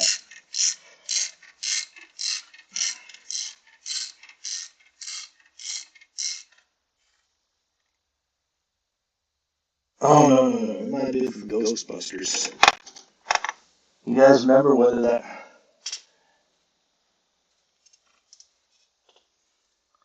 Oh, what's up? It's like, once the headset died, see? The sound keeps going back to the, I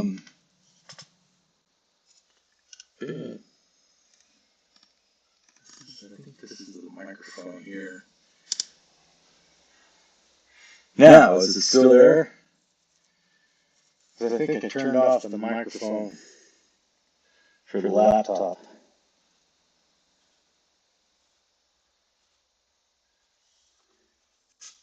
Back to what I said earlier. I think I was quoting. I know it was Dan Aykroyd, but not Dan Aykroyd. I knew it was Bill Murray, but I can't remember whether that was in Stripes or in Ghostbusters. I think it was Ghostbusters.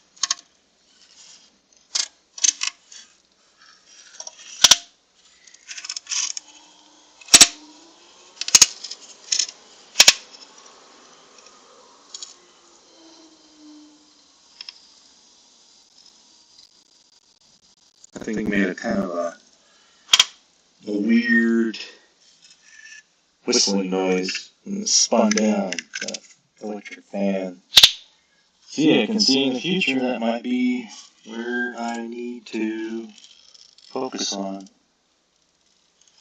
Might need a new fan here soon. Those are expensive. I don't know if any of you have ever bought an electric fan for your car, but replacing a factory fan is expensive. Unless it's a mechanical clutch version, those are usually pretty cheap. See that? That's broken. Now this thing's going to start flopping around.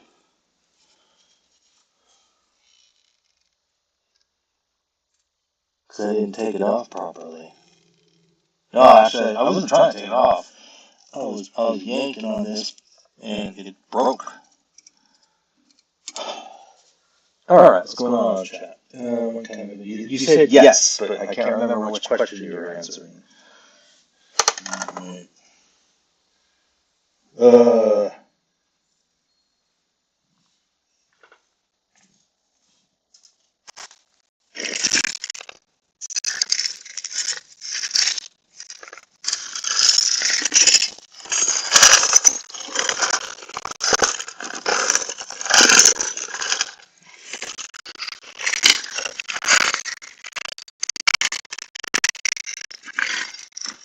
Somewhere I had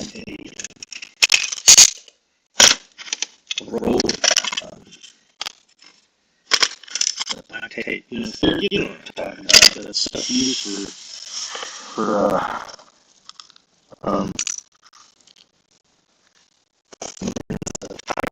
things down in like the server room and that Velcro. It's not your regular Velcro, it's that special stuff that wraps around itself. And I got some right here. I had roll of it somewhere. I don't know where it's at. So, oh, there it is. So what you do is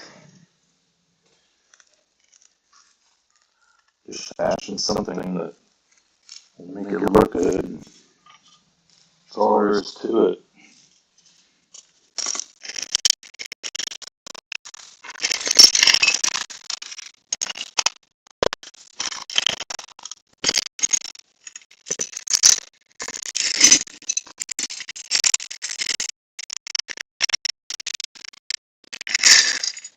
Those big filters are fun.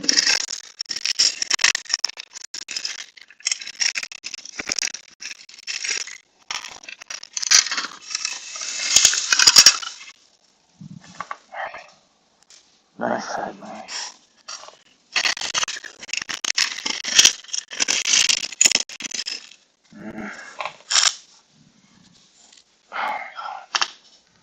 One of the most useful tools I ever had was a Leatherman.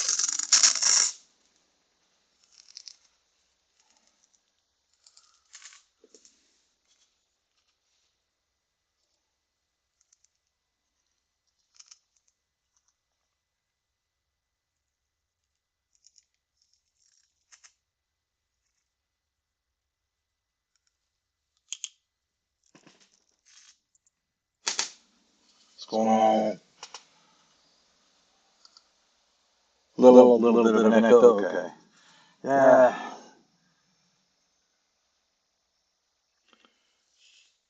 There's never really a good solution that I've seen for sound. A good cheap solution for sound and tuning, because you're either bound by the sound of the device, which is the iPhone or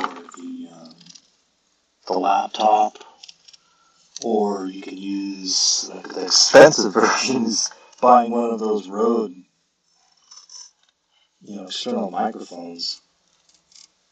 So what I'm using is a cheap solution, which is either your Apple earbuds, and what I've got is a Bose knockoff. I mean, I freaking hate Apple. So angry with the price of their products and the quality of their products. It's just gone downhill so far. I bought the Apple earbuds, the Pros, and I have never been so disappointed in an Apple product as those things. They are just flat out terrible.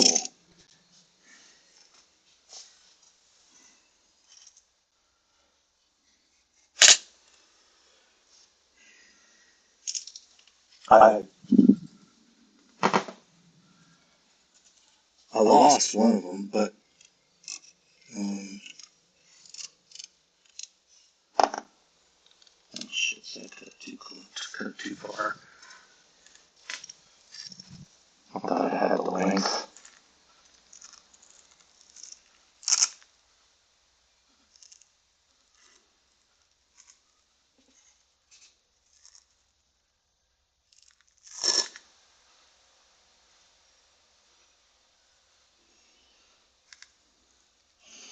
But yeah, like 3 months after I bought those Air Pros, and then they started, the sound quality started getting really bad.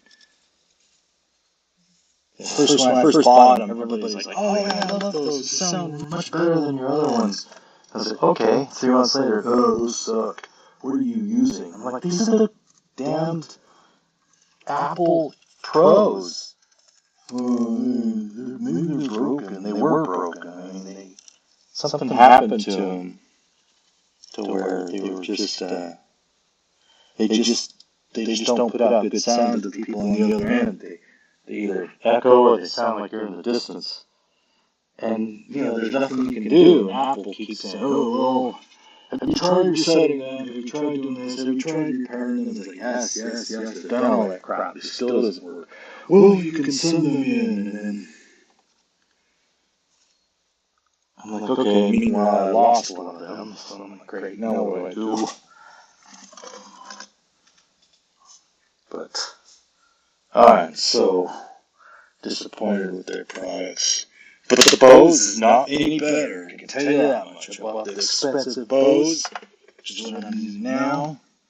As you can see, it still gives you problems.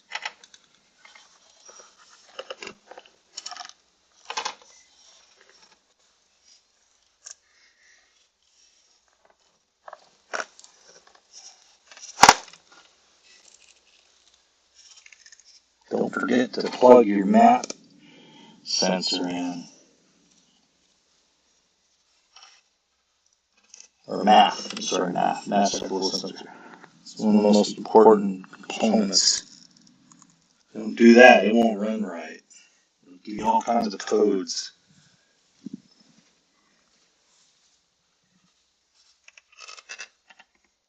You know that from experience.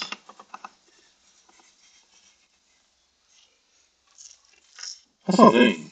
I mean, all this stuff, I mean, you can sit there and read all day, but you're never really going to know everything until you're actually doing it and get the experience.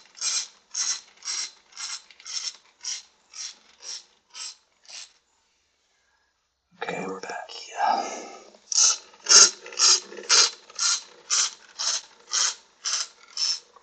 So that's why I'm trying to get better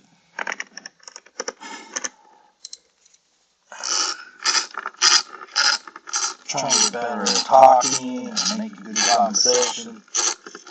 Some of those YouTubers, they're just naturals at it. They just know how to do it. Me, it's so hard to have content when you're trying to do something or discuss something.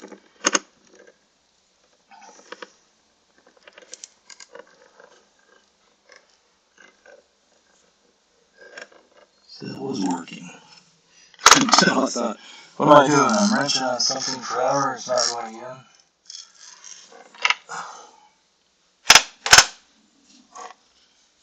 This little guy right here, you don't need to worry about that little guy.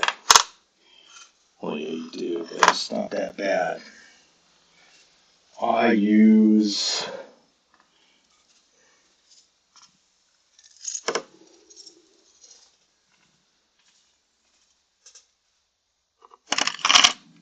every tool has a hammer side. That's one of the first things about auto mechanics.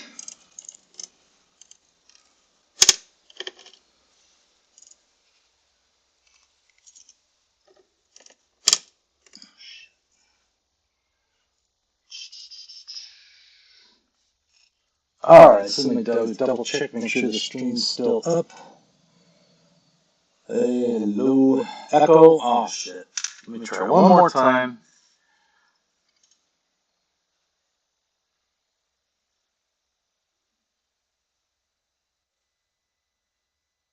How about that? Oh no, there we go.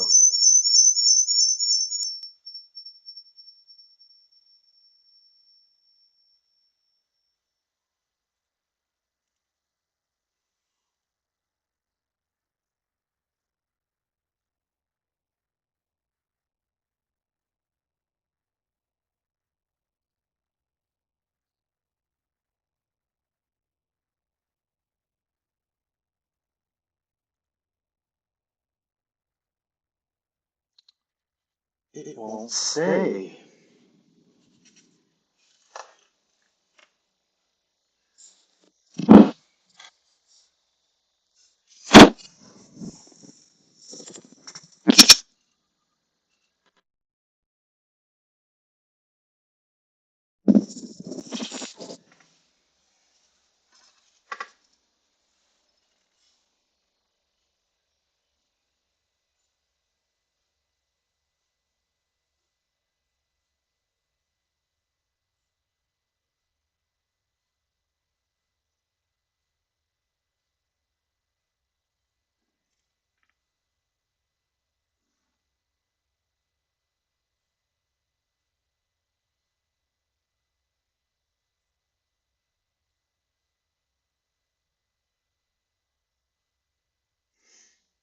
That's the playback device.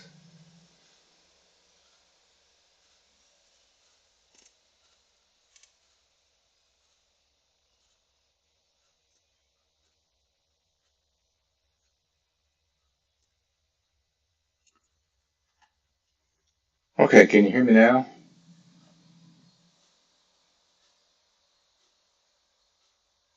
Damn it.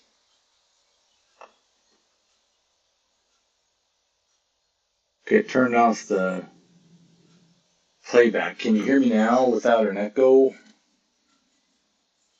Ah, Natasha May, welcome. Yeah, do you guys hear an echo now? Okay, good. So that's the solution. I turned down the sound. Even though I couldn't hear anything from your end, I turned down the sound, so maybe it was picking it up.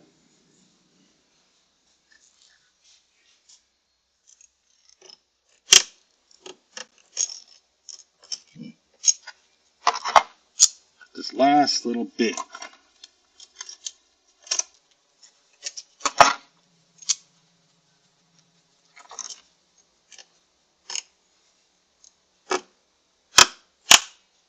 Just like that. They try to sell you a tool for like $30 to do that. You don't need it.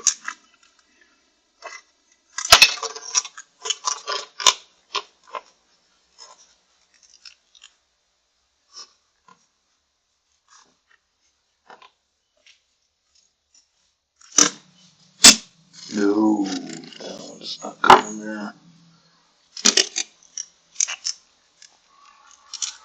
Before I put my tools away, just make sure the car starts and doesn't give any codes.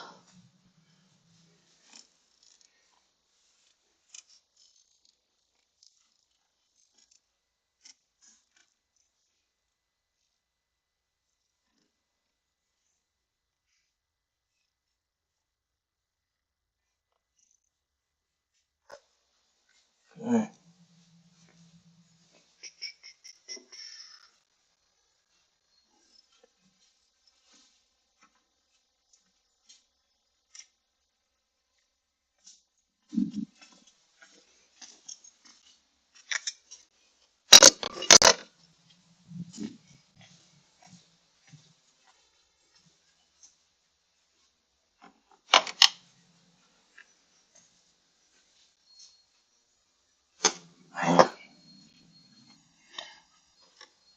3 cameras up and running. Boy, you go through lights and microphone. You go through batteries like a bandit.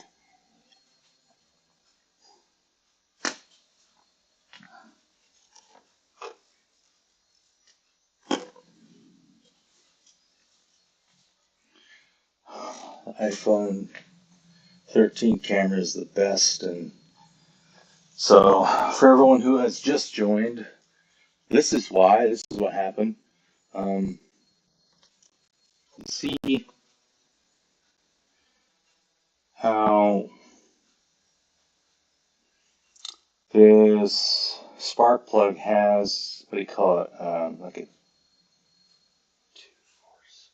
a 6 point, um, has a six points in terms of the socket you're supposed to use to um, install it, and the ones that you're supposed to have are, I think they call it a 14 point, a 13 point. And what did I do with it? I got rid of it.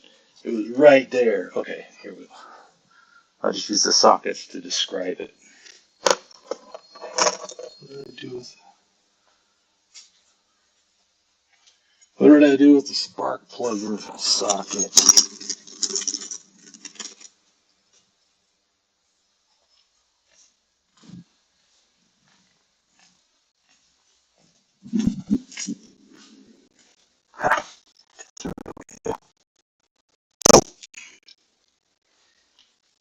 Strange. What did I do with it? I want to show you guys because this is what stopped me.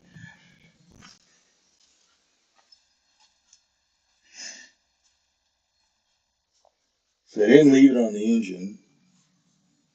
What did I do with it? What did I do with it?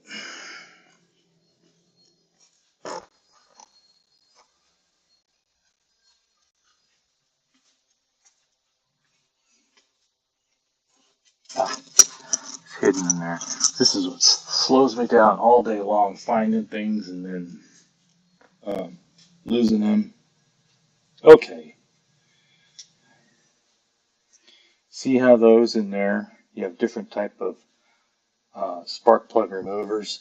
The one in here is the standard size that you use on most cars, but on these European cars you need this thin wall, and it has to have this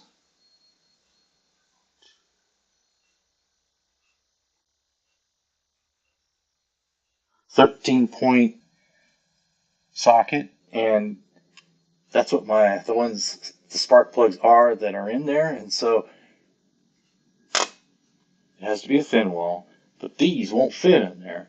So even if it'll grab the old spark plug, you can't get this down the top of the head and get into the spark plug and get it out.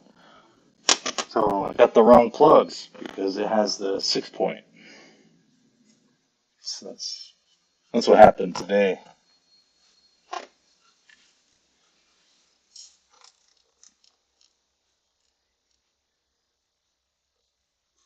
Right now, I'm just making sure if I move something around, that I move it back. I think I didn't mess with that guy. Everything here, that corner. Aha! See that thing? Does that come loose? And laying around. Always make sure that these are back on solid.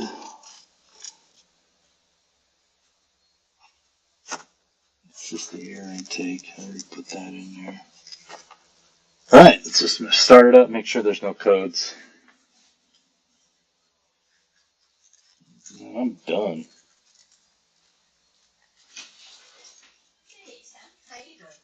I'm on camera, so is it dinner ready? I didn't make any dinner. What do you want to eat? I don't care. I want to order pizza. Do you have to bring it here? Never. What? No, we'll see. No, we'll see. I'm not hungry. I have I was just making a grilled cheese sandwich.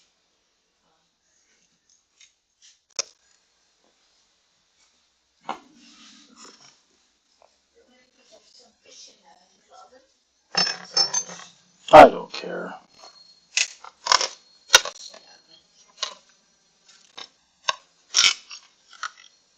Okay, go ahead. I'm going to start the car up. It's going to be loud.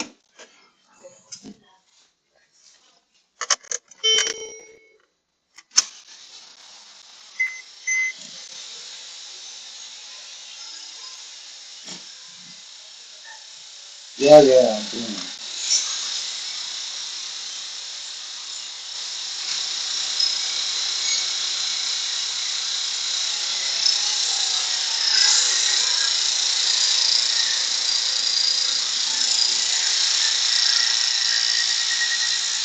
Good. Seems fine. Schooling, no. No schooling, Natasha. I learned all by myself.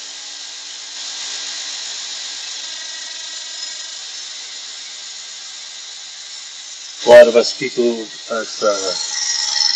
shade tree mechanics and car guys are self-taught because we're poor and don't have the money to take it into the shop.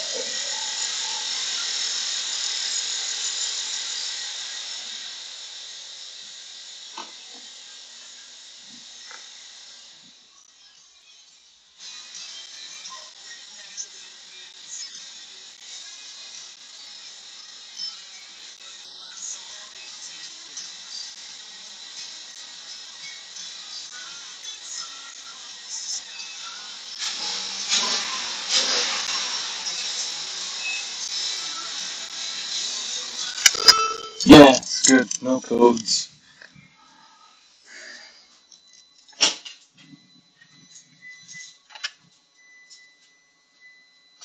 So that's that, folks. I mean, I don't consider it a, what do you call it? I don't consider it a failure. It was a good test getting that. I got the hardest one out, so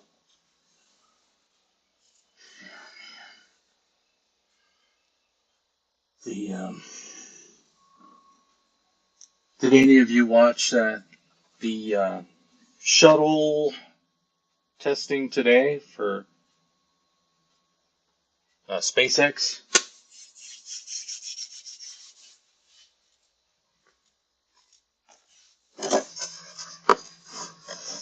Just to give you the synopsis of it, they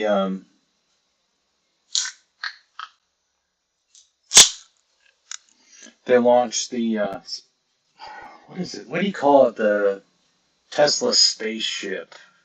It's the it's the heavy rocket with the spaceship on top of it. And so they launched it up, and they were testing a new way of lighting the second stage. And did they go to Mars yet? Somebody were saying in the comments, they said, and 200 years perhaps after Elon's death, they probably will put people on another planet that has rocks, but it's not going to be until then. And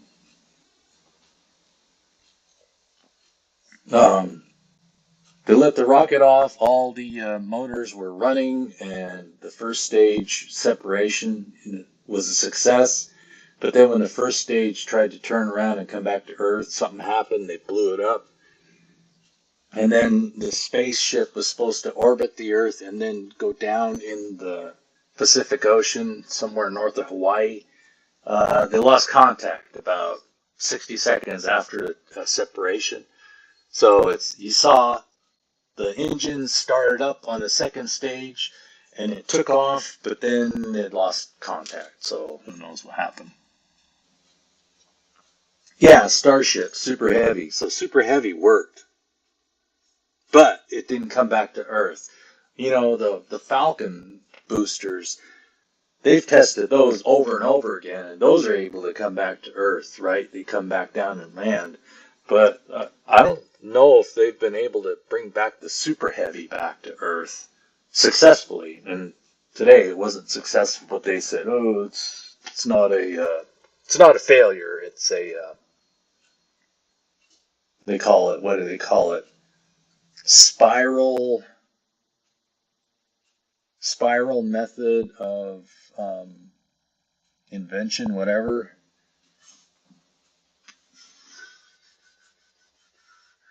I think, yeah, today's was Darth Trader. Today's was from Texas.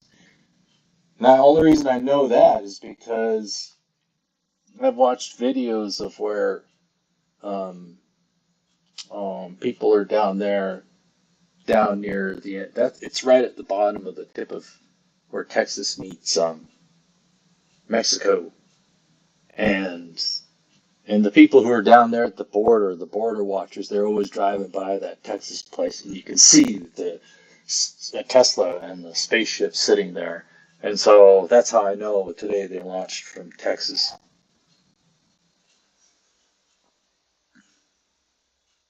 Oh, this tastes good, man. I can tell you. The first beer on an empty stomach is glorious.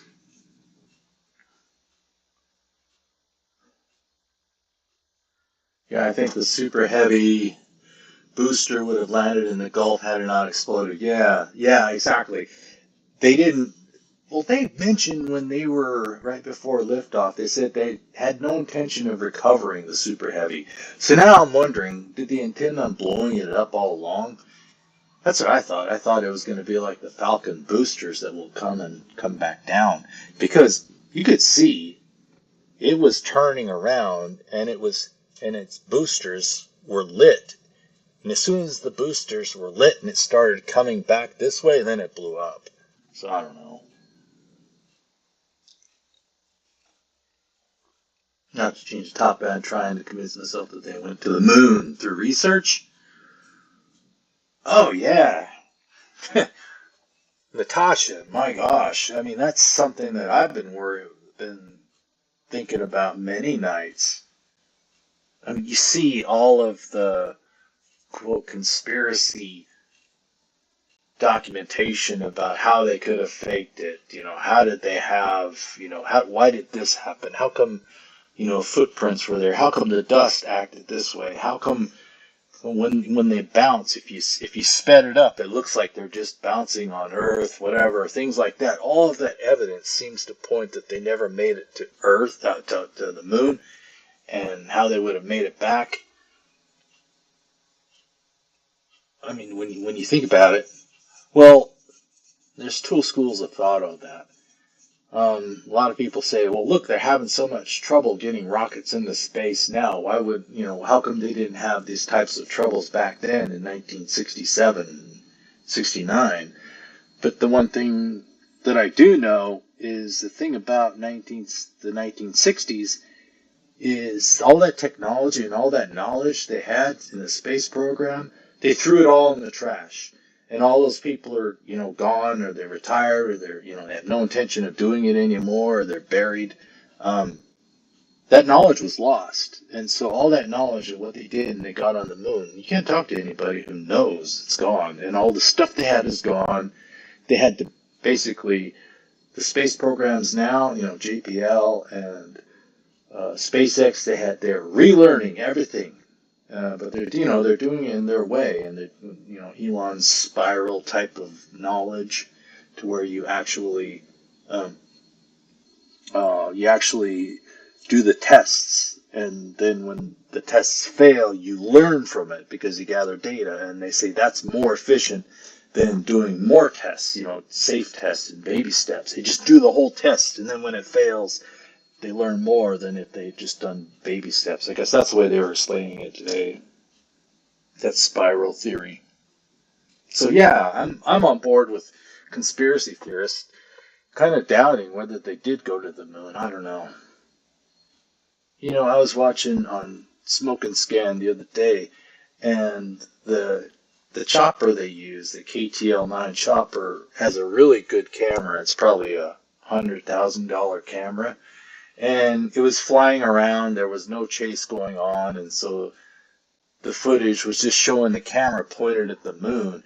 And I was sitting there thinking, man, if that camera in a helicopter can focus that well on the moon, people say you can't focus on the moon to find the flag or the footprints that are supposedly planted there. And I'm sitting there thinking, if that little camera, a barrel camera on a helicopter, can point to the moon and make the moon this big, you telling me they can't get a camera focused up with optics that will actually, focus down to a pinpoint and find and actually see the camera? I'm doubtful that they don't have the capability. I don't think the flag is there. Prove me wrong. Show me a picture of it sitting on the moon. They won't. They can't. And not because they don't have the technology to do it, because it's not there.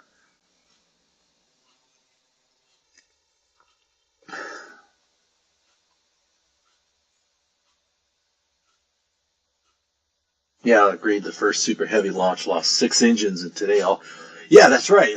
Third.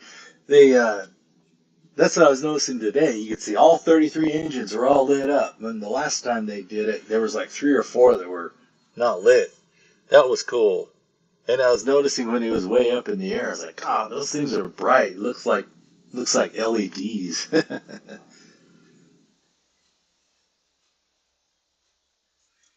Really? Astronauts left them there, but it could have been devices that put them there unexplained? Yeah, it could be.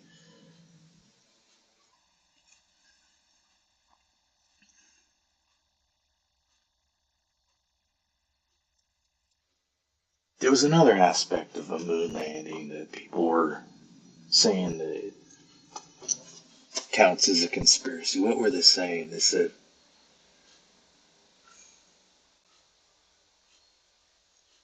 oh yeah, one of them was like, you're saying that they brought a lunar rover to the moon?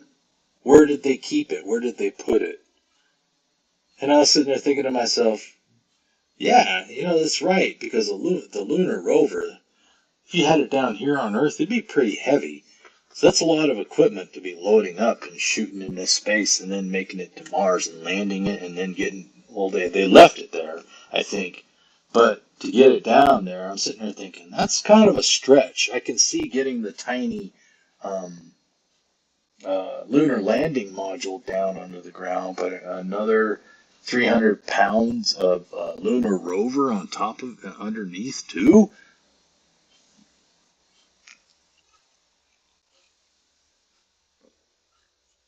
I mean, definitely their spacesuits were nowhere near as advanced as they are today. You expect me to believe they're out there wrenching on that darn thing in a zero oxygen, zero atmosphere environment, putting that thing together and all that stuff? And I'm kind of doubtful.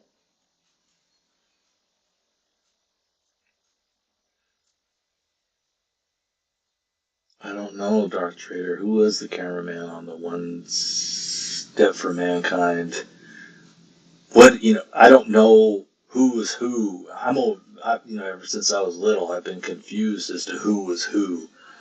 I guess that's part of it. It's a conspiracy. Yeah, who is the cameraman who was out there and saying one step for mankind? That means somebody else stepped down there out there and was there first, right? Where's his footsteps?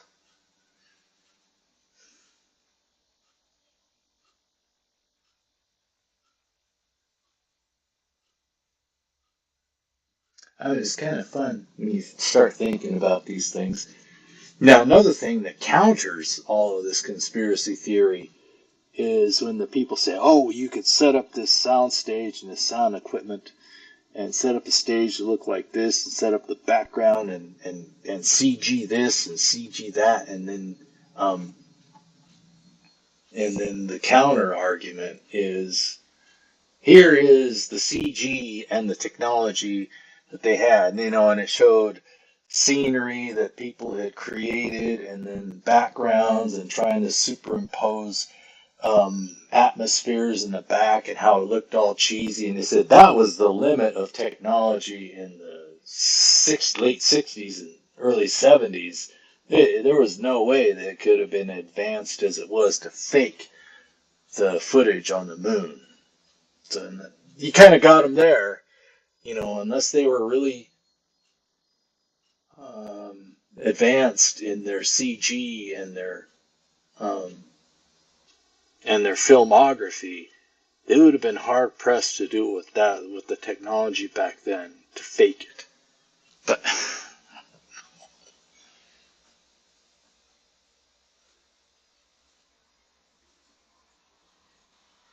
they had rabbit ears back then.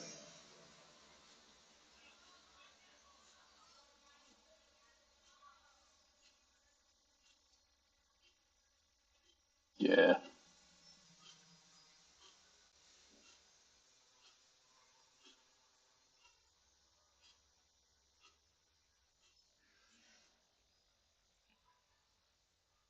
I'm real happy that there's no trolls in the chat. You just got good people in the chat.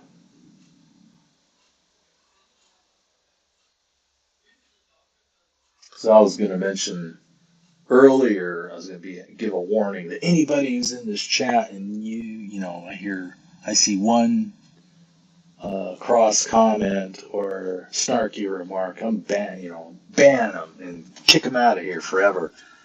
But I haven't seen any trolls. I got Nightbot up and running. What I want to do is I want to get gambling up and running. Taco Joe's channel has gambling, and it's not something I do all the time, but every once in a while when I'm bored, I'll sit there and do the gambling with other people. And it's kind of fun.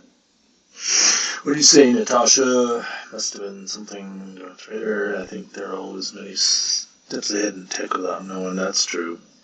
I can believe the other tech to fake it, but hard to believe that tech batteries actually go. Those are good points as well. you know, there's a lot of people, and I'm on board with you there because I've been a huge understudy over the years throughout from my childhood on of the technology of the United States and the United States military. And it's always been proven time and time again that whatever the military is showing you they have, you can bet they've already got things that are one or two generations better that they've actually either using or they're getting ready to use.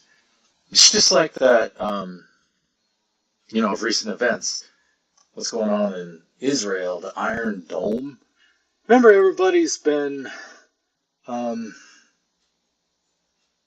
you know, talking about, what do you call them?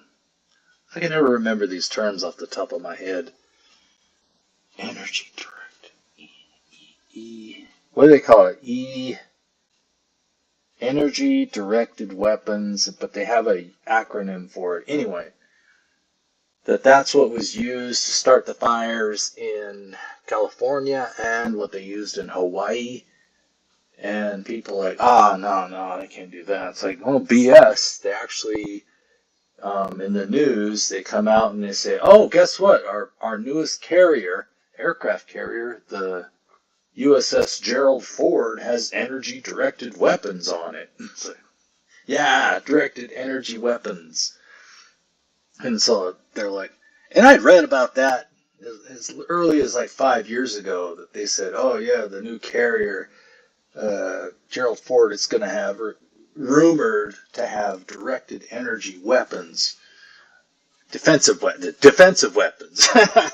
They said that, and I was like, okay, wow. And then they quietly deployed the Gerald Ford, and now all of a sudden it's in the Middle East, and then that's what they're bragging about. Now they're bragging about that this carrier has directed energy weapons, and then they also came out. It was back in June or July, where the IDF was saying we've got a directed energy system that's going to replace or supplement the Iron Dome. And what do they call it? They got a name for it now. Something Dome. But they're deploying it now, and that's what happened in October. It was like 2 or 3 weeks ago. The IDF proclaimed that I saw some kind of bulletin. It said they were already in process of deploying this directed energy weapon, defensive weapon, and now they're fully on board with getting that into place to supplement the Iron Dome.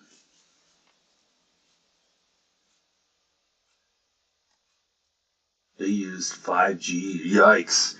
Jeez, yeah. And Tasha, I know you mentioned that in your streams about 5G. It's scary stuff. I mean, I've dabbled in electronics, and that's what's weird. And I've talked to people. One of my good friends back in LA, he is highly susceptible to electromagnetic energy, and a lot of people are. Those are the people who are sensitive to us. To the rest of us, it's destroying our body and breaking down our cells, because that's what radiation does. When it comes in your cells, if it's at the wrong frequency or direct kind of, what do they call it, kind of angle, it'll actually destroy your cells. And so our cells are getting gradually aggravated and destroyed by radiation. And people don't talk too much about it, but that's what really happens. I mean, why is it that they tell you when you're close to one of those high power transmission lines, that they say, hey, there's a warning, hey, it's dangerous to get within 50 yards of this, stay away.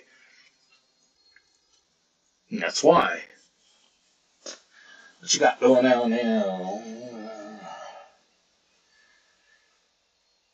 Oh, you are, huh, Natasha? You can feel that sensitive to EMFs? Yeah. I mean, that's no joke.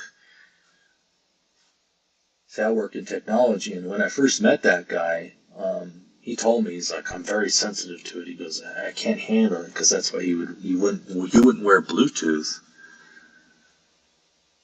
And I didn't discount him. I was kind of suspicious, and then I went and did my research, and I realized that some people are sensitive to it. So I never doubted him after that. No way, never doubted him.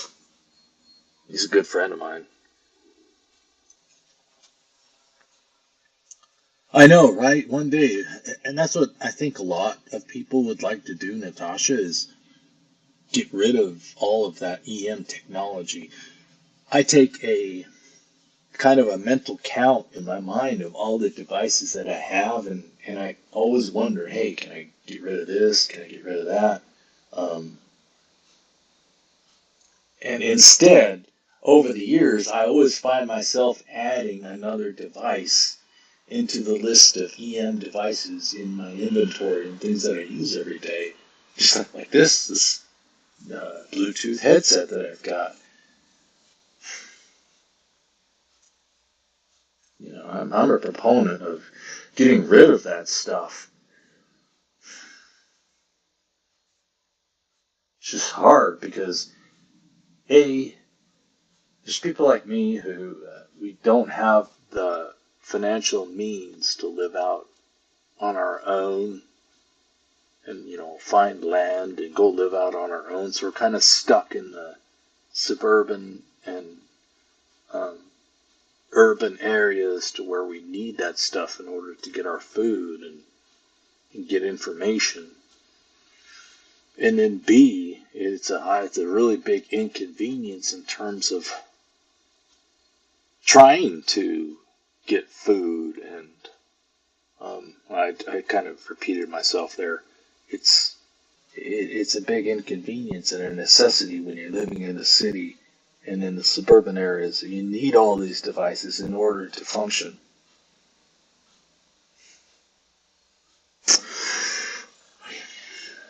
Yeah, see, and that's kind of what my the day after your last live stream, you destroyed my phone. But that's a step, huh? Because that's people told me 10 years ago. They're like, keeping that phone right to your head is one of the worst things you can do. The second worst thing you can do is keep it down there near your genitals.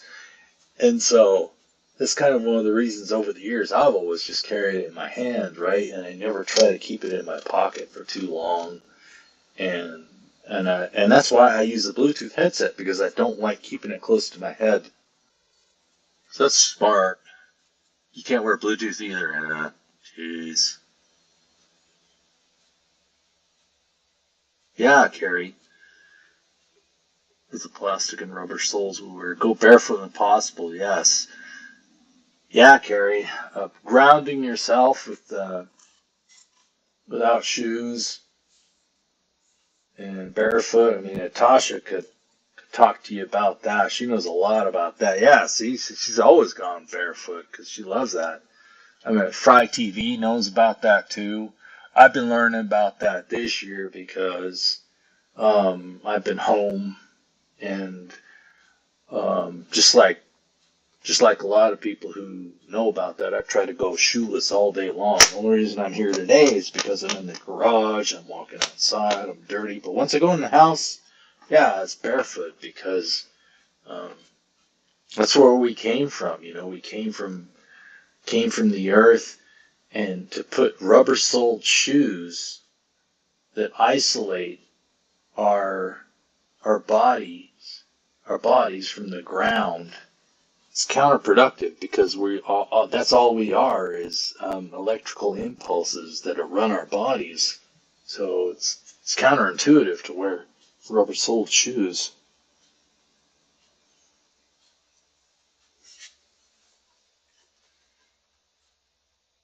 Oh man, really bad migraines when working on the bell towers back in the day. That's scary because back then they're dealing with huge amounts of wattages, and I don't know much about the frequencies, but I know the wattages and the power is just massive. When I'm, some of those videos on YouTube, they're pretty, what do you call it? Pretty gruesome about people getting electrocuted. But there was this one video, it wasn't quite an electrocution, but it was where a guy was, he touched like one of those towers, an AM tower. You don't have much today we don't rely much on AM frequencies, but there was an AM tower, and like he touched something to the tower. Oh no, he like put like a grounding cable close to the tower, and then it arced from the tower onto the grounding cable, and inside the arc, it was like while it was buzzing, you could hear the noise of the station, the radio station, and what was playing, and the guy's voice. And then in the comments it said, yeah, it's kind of funny. He says, because it means that the sound was actually vibrating through the arc the arc of plasma was actually arcing at the frequency of what was being played.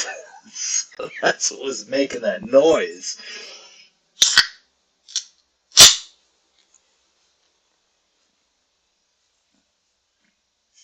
I know, right, Carrie? Never carry your phone in your pocket. And I learned that from back to the 90s when we had those cell phones, the good old, I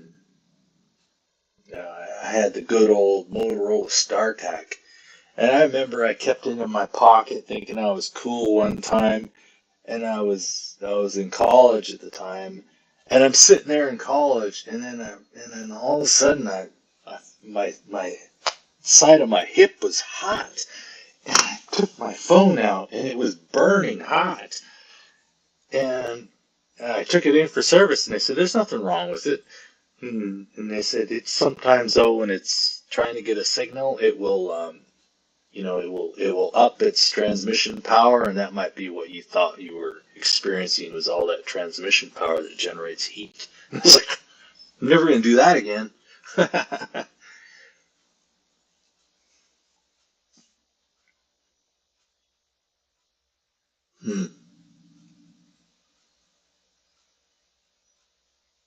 So that's scary, the damage that it can do after many years of exposure to, all that high voltage and high frequency.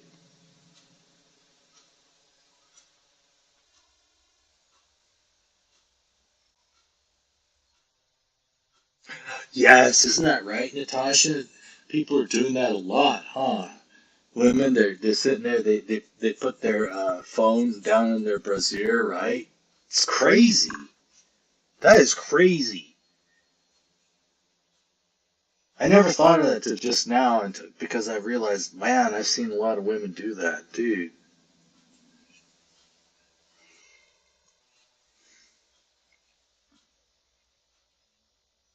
Yeah, right, Dark Trader. Yeah, carry it in the hand for the most part.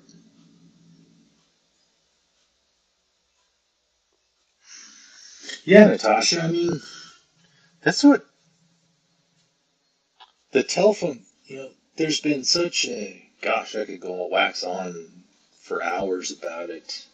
Um, when I was going through technology, the early years back in the mid 2000s, and when people started switching over to cell phones, and we still had, excuse me, we still had landlines, and people like me I considered myself a minimalist, and I was like, I'm not going to pay for a landline if I can just get away with using a cell phone. So I refused to purchase a landline, and the telephone companies were pushing hard. Well, you need a landline. We'll sell you the cell phone service and includes a landline. I'm like, no, I don't want any of that. And they were pushing landlines really hard, and that was then. And then you notice, then over the years, there was kind of a half and half, And now, the past couple of years, the phone companies have been abandoning the old POTS lines, plain old telephone service lines. They've been abandoning them and trying to move away so that they can turn them off.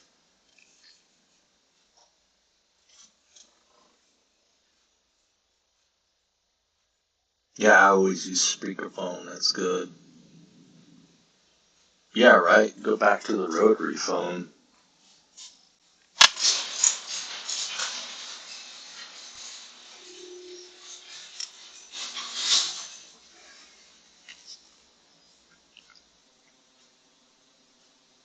Yikes. Not to have Wi-Fi on it if you keep it by your head when you sleep. I'm sure you've seen the videos of, um, they're testing cell phones and other devices too. All those little devices in your house, like your like webcams, baby monitors, things like that, and they're supposed to turn off. Well, they turn them off, and then they measure the radiation, and even though they're turned off, they'll sit there, they'll stay off for 5 seconds, and they'll beam out like a hello signal, and the reading will go off the charts, right? And then it's like they're turned off, but they're still emitting all kinds of EM energy. It's ridiculous.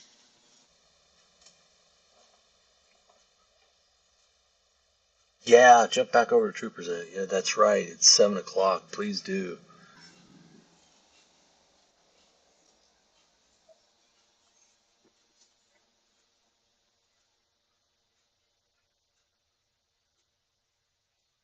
Yeah, Natasha, some of those videos that explain how the old telephone system worked are fascinating. You think of all the um, cool technology that went into that, and the switching, and the people that would maintain it, and the people that would operate it. And moving away from that sure eliminated a lot of jobs because they had all kinds of people, professionals who that was their, people who had jobs, and it gave them a salary that enabled them to afford a house and to support themselves. Don't get me going on that. But I know, nobody knows how to fix it. Yeah, you can't even take a battery out of a cell phone anymore, let alone swap parts and build something original. There's a phone out there called the Pine phone, Pine, and I was gonna buy it before I bought my iPhone 13 because it was one of those crowd-funded projects, and it has switches that you can actually turn off parts of. You can actually turn off the phone with an actual switch, right? Not just an interface. No, it'll actually poof. Once you click that little dip switch inside in the back, it's off. And you can also turn off the camera. You can also turn off the speakers. Um, and you can replace the parts. So they called that a Pine phone. The only problem, I think, the problem with it was it wasn't 5G compatible with the newest stuff, and something to do with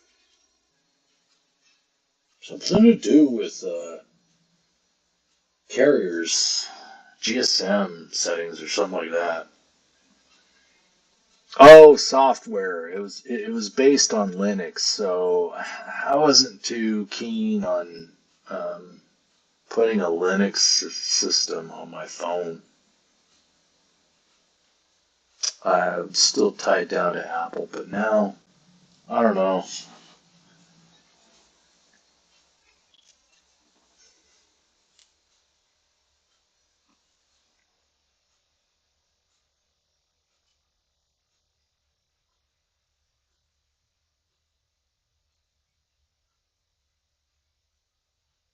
I know, right?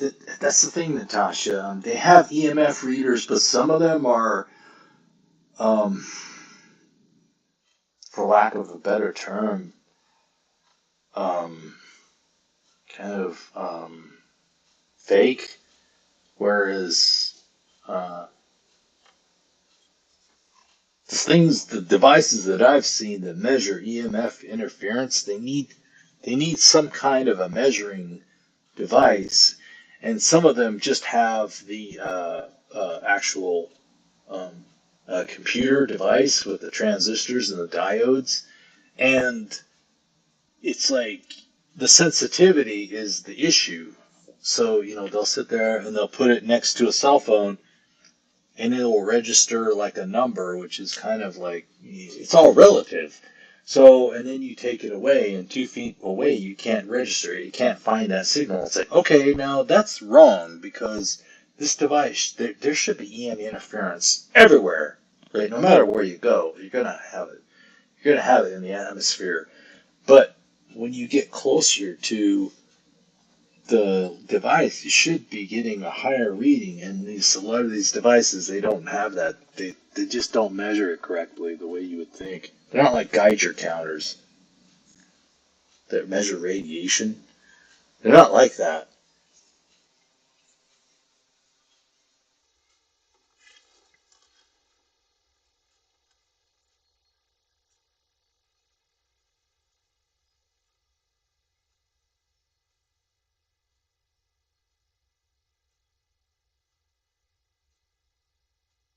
Yeah, right.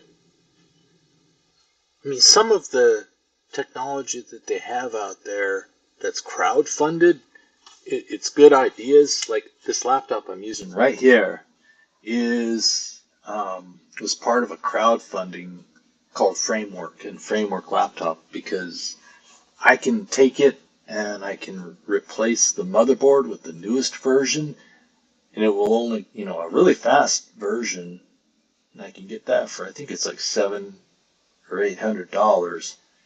But it reuses the old screen, right? The LCD, the camera, the keyboard, the touchpad, the power supply, the battery, and I only have to replace the motherboard, and I get basically a updated laptop for $800. And by that same token, I can replace the touchpad and the keyboard and the LCD screen and the cameras if they go out.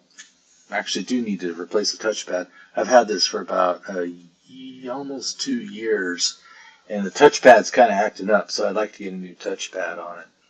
Now, I know you can do that same thing with the HPs and some of those the Dells. You can replace those components. But Framework makes it really easy so you can do it by yourself. And you don't have to tear the whole machine apart. It's modular.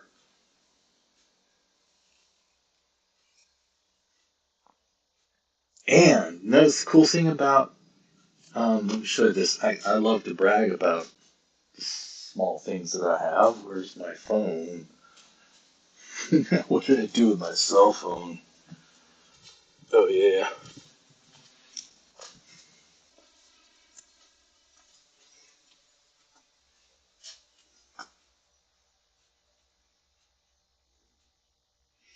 Another cool thing about this Framework laptop, it has 4 ports, 2 on each side, and you can switch them out. See, I've got a USB-C on the right side and a micro SD card on the left. And on the other side of the laptop, it has 2 more ports you can switch out too. And it obviously uses the USB to power it, just like the Apple.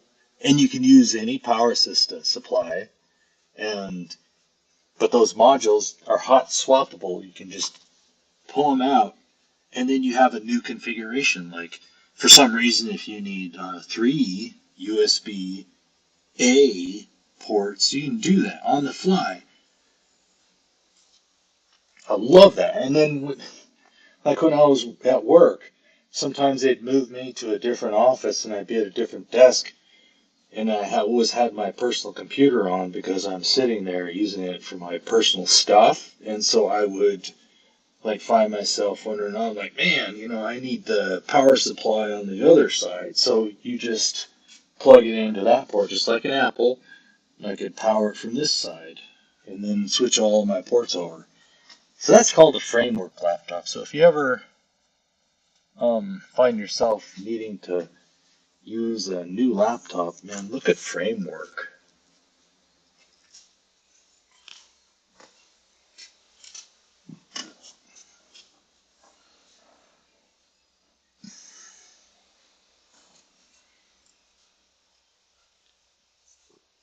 Elon come out with a new phone. Yeah, he might. He might do that.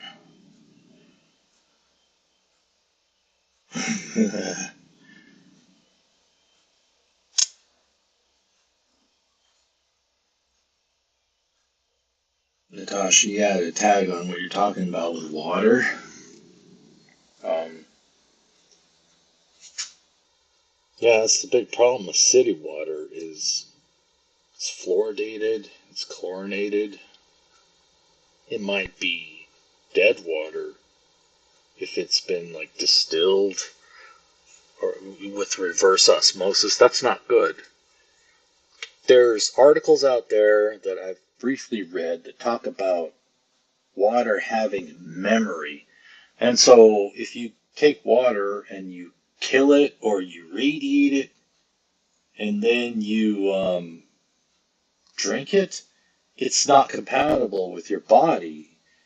And so it doesn't hydrate you as well as natural water that comes from the earth and comes, filtered by itself through the earth.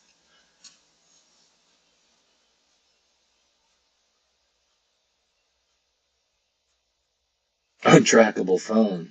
I mean, the things that Elon's talking about is great, but it's definitely not towards what the government wants. Government and technology, they want more tracking, more everything. Yeah, they want more tracking.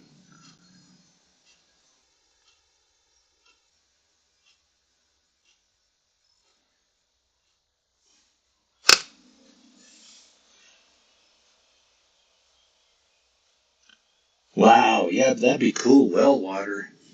Frankly, well water's more natural. It's better for us, you know? Much better for us.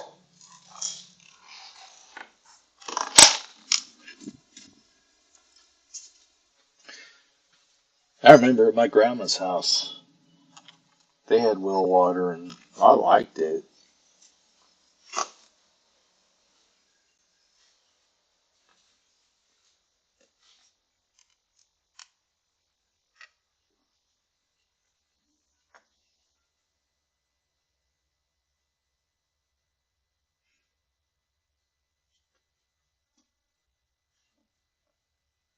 How come that camera's dark?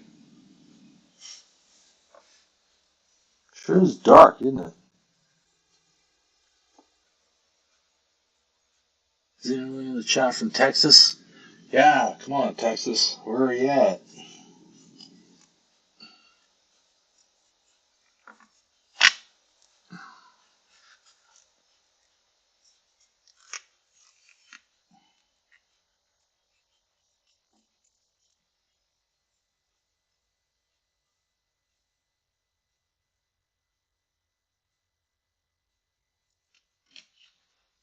Ready?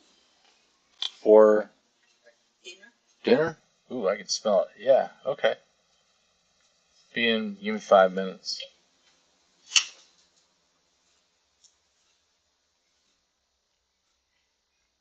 So, thank you for joining my chat. And what I'm going to do is, I think I'm going to shut it down. Um, it's been really good talking to you. And I'm going to give you guys 5 minutes to get ready because I got dinner. Just like Tesla. I call this a successful test. You know? Today's, I don't know, Natasha, if you watch SpaceX, but today they had a rapid, unscheduled disassembly of one of the rockets. And so Basically, it blew up, but they don't say that. They say RUD. I know, right, Natasha? It's been really good to see you. I've been wondering about you lately because, yeah, you haven't been on live, and I know you've been focusing on um, getting ready for your hike next year, so can understand if you're hunkered down and getting ready, doing your preparation, because doing that kind of a trek is a lot of preparation. So yeah. Yeah, right, Darth Trader was R&D. That's what I did today. Today, R&D. Successful R&D. Yeah. So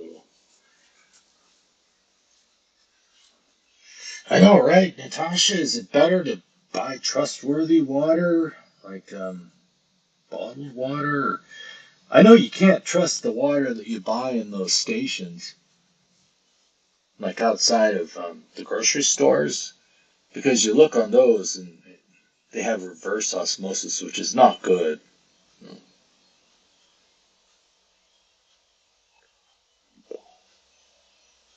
Yeah, right. Thanks, Natasha. I appreciate you dropping in. It's good to hear from you. Yeah, same thing. Have a relaxing night. You too, Dark Trader. We'll see y'all in the chats, huh? Yeah, good night, Carrie. Have a good one. Saturday recording line. Oh yeah, the new music, man. Okay, so I'm gonna have to start chilling with some more of your music when it comes out. I gotta re-listen to the old stuff too. Yes, May, setting sail in May. Okay, that's the plan. Canada's a big state, a big nation.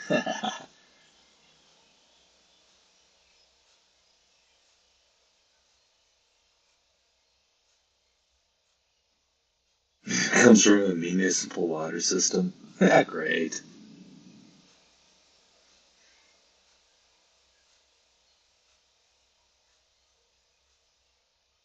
Well, I like what you've done. I like your streams, Natasha. So whatever your format is, camera wise, whatever, when you're talking online, it's a winning format. So, gosh, I know, right? Canada's weather. You're heading into a brutal winter. They've said that this winter is supposed to be very, very brutal.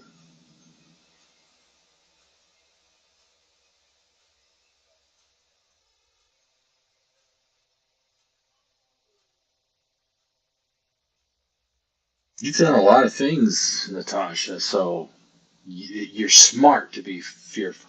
You're smart to be fearful. I can tell you that much. But you've got a lot of experience behind you that can counter that fear. Good night, Darth Trader. Yeah, see you again. I'll do another live again soon. But I'll definitely see you guys in the chat in the other channels. So okay, I'm gonna sign off. Go get to dinner, and I'll clean this up later. All right, folks. Good night.